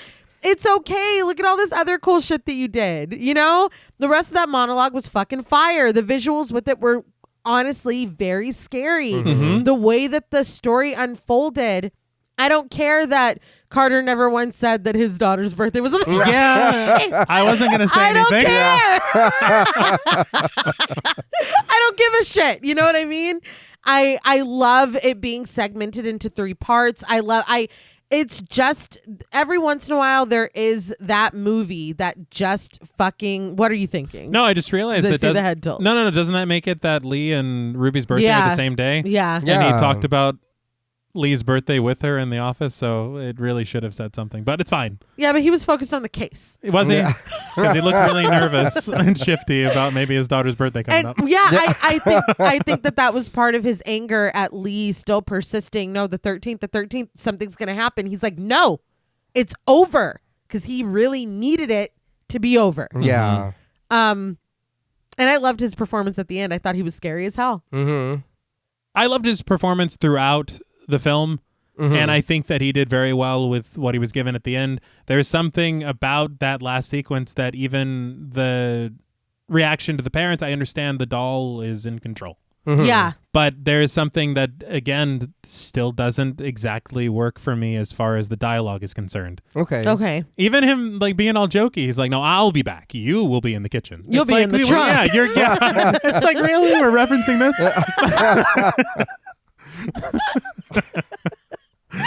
No, but again, I get it, and I respect your opinion and any dings that you want to give it. It's just, I feel like every once in a while a movie comes along and it's just like, for me?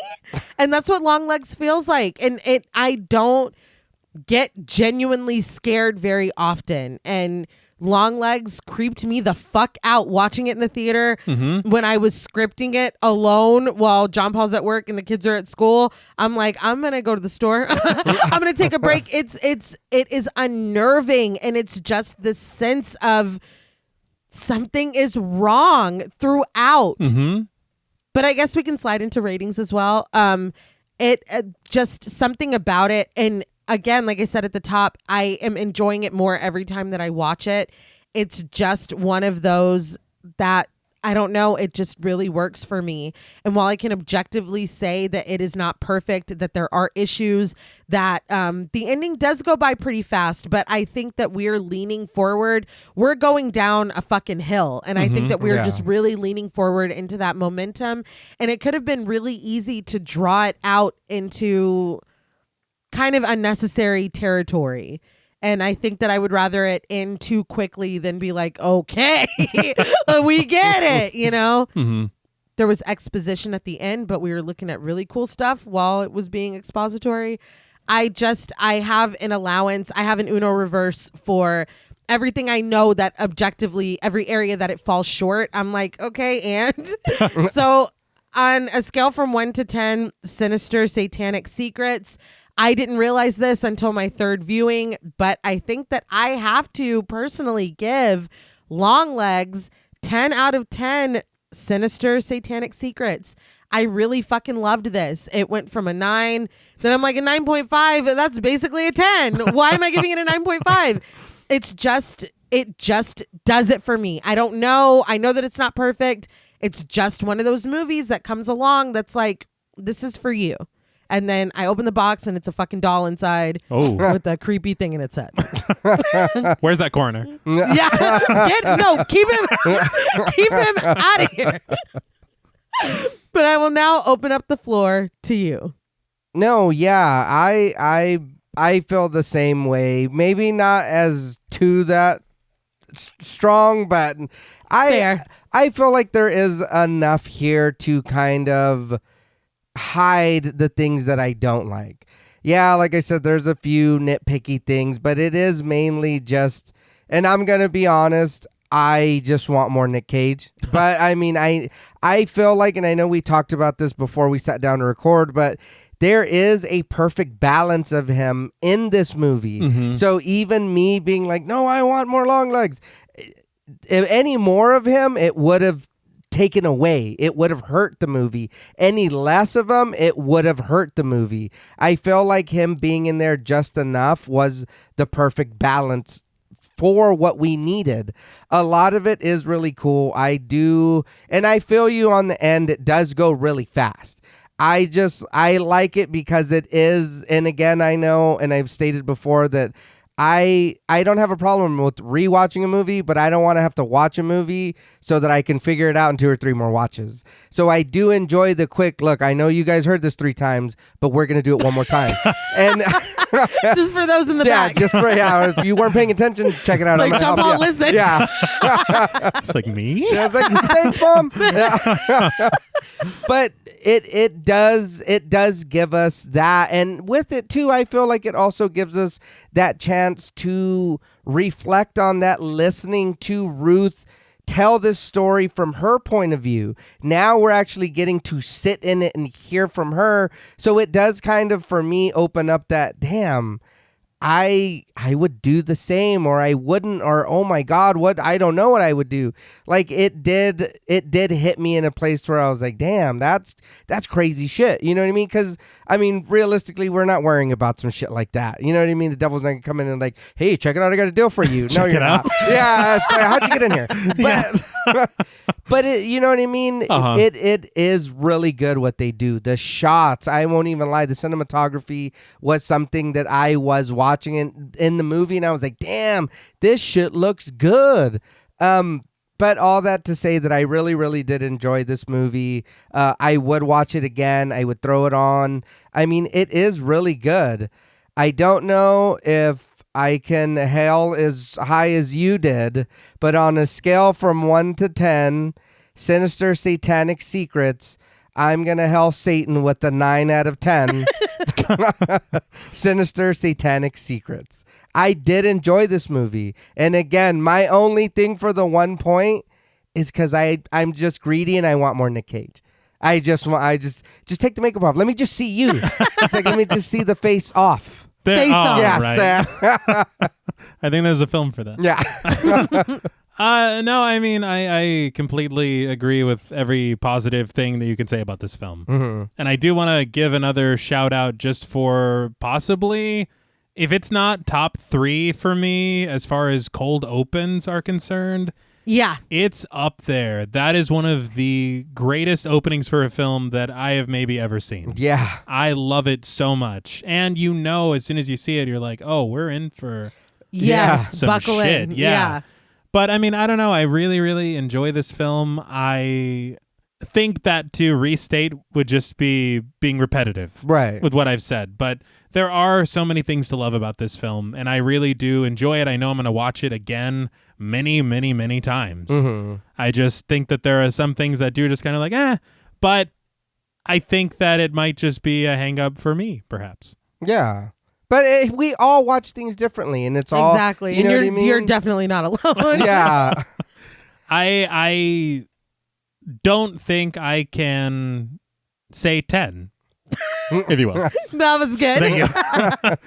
But for me, out of 10 Sinister Satanic Secrets, I am going to give Longlegs 8.5 Sinister Satanic Secrets out of 10. I think that this film is just really, really brilliantly made. Mm-hmm. I just want the third act just tighten. Just tighten. Yeah. Well, that's all from us at Pod Mortem. What would you rate Longlegs, and what should we watch next? Let us know on Twitter at the Pod Mortem. Be sure to follow us on Instagram and like our Stairhole Productions page on Facebook.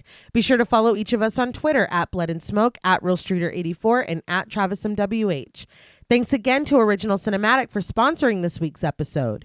Please consider pledging to our Patreon, where you'll get bonus content, our monthly schedule, access to our Discord server, and the opportunity to help us decide which films to cover. Stay tuned until after the music for a special thank you to our Wendigo Getter patrons. And remember, we all think we live our lives by a certain code, but when it comes to protecting the ones we love, it might just surprise us the levels that we're willing to sink to. Until next time.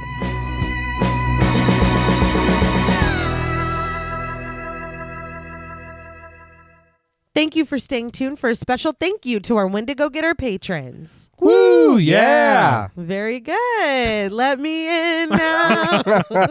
You should have sang that. Don't tell us what to do.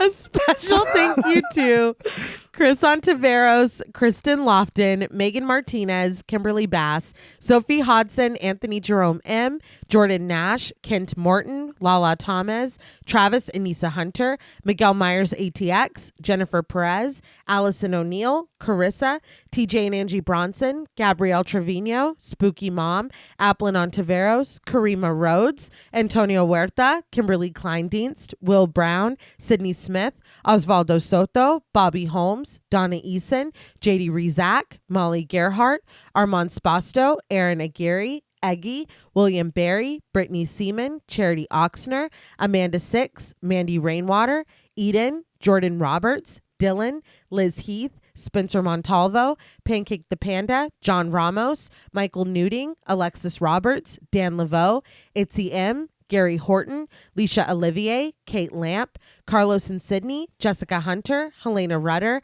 Alan Johnston, Mariah, Livy Fun, Scott Troutman Wise, Towton Watson, Mozzie Bear, Brittany G., Dave Burke, Adrian Stakes, Daniel McGinnis, Emma Hagel Kissinger, Valerie G., Emiliana, Brian Glass, CB, Taylor Santana, Will Lewison, Angelique, Smelly Poo Poo Head, Beth Bauer, Cookie, Esperanza J., Jason Kyle OKC, Joshua Rumley, Danielle Peralta, Brandon, Sawyer Reese Farr, Sahara, Girl That's Scary, Cassandra, Andrea Simmons, Ashley Higuera, William and Xena Rush, Ryan Brom, Megan Ochoa, Laura Lassiter, Eileen O., Marissa E., Sydney, Henry F., Megan M., Strangely Sarah, Christy Beck, Nancy and Andy, Amanda Lopez, Andy Terrell, Jason Hanavan, Katie K., Erica Morin, Cameron S., Nicole Stewart, Tris Wynn, K.87, Mariah Jensen, Carrie A., Lonnie Lono, Powell, Kayla E., Maggie H., Murder Stina, No Thanks Tom Hanks, Kevin McConicle, Kristen Marcy, Ori81 Boricua, Look Like That One Girl, Bog Boy, Felnez63, Alita Pui, Probably My Jugs, Kate Thackeray, Wade Pack, A Lizard, Bay J., Jay Rich, Jen Lassiter, Topher Williams, Elena Metler, Jean Jacket, Valerie K., Christy Lee Kruger, Professor of Humanity Laura McCarricker, Naomi, Josh Smith, Autumn Green, Abby Kopp, Crystal 831, Skank Sinatra, Morgan Alexander, Tony Osteen, Julie Fredborg, Rihanna S., Daniel Taylor, Anna Kate, Heather Ortiz, Jen T., Kim H., August, Vengeance Spirit, Sam J. Green, Ginny May, Glittery Fab, Malik Caselli Armstrong, Scarly D., Toya Shea, Katie, Martin Shaw, Star, Tyler J., Daniel Dickerson, Jordan Gaddis,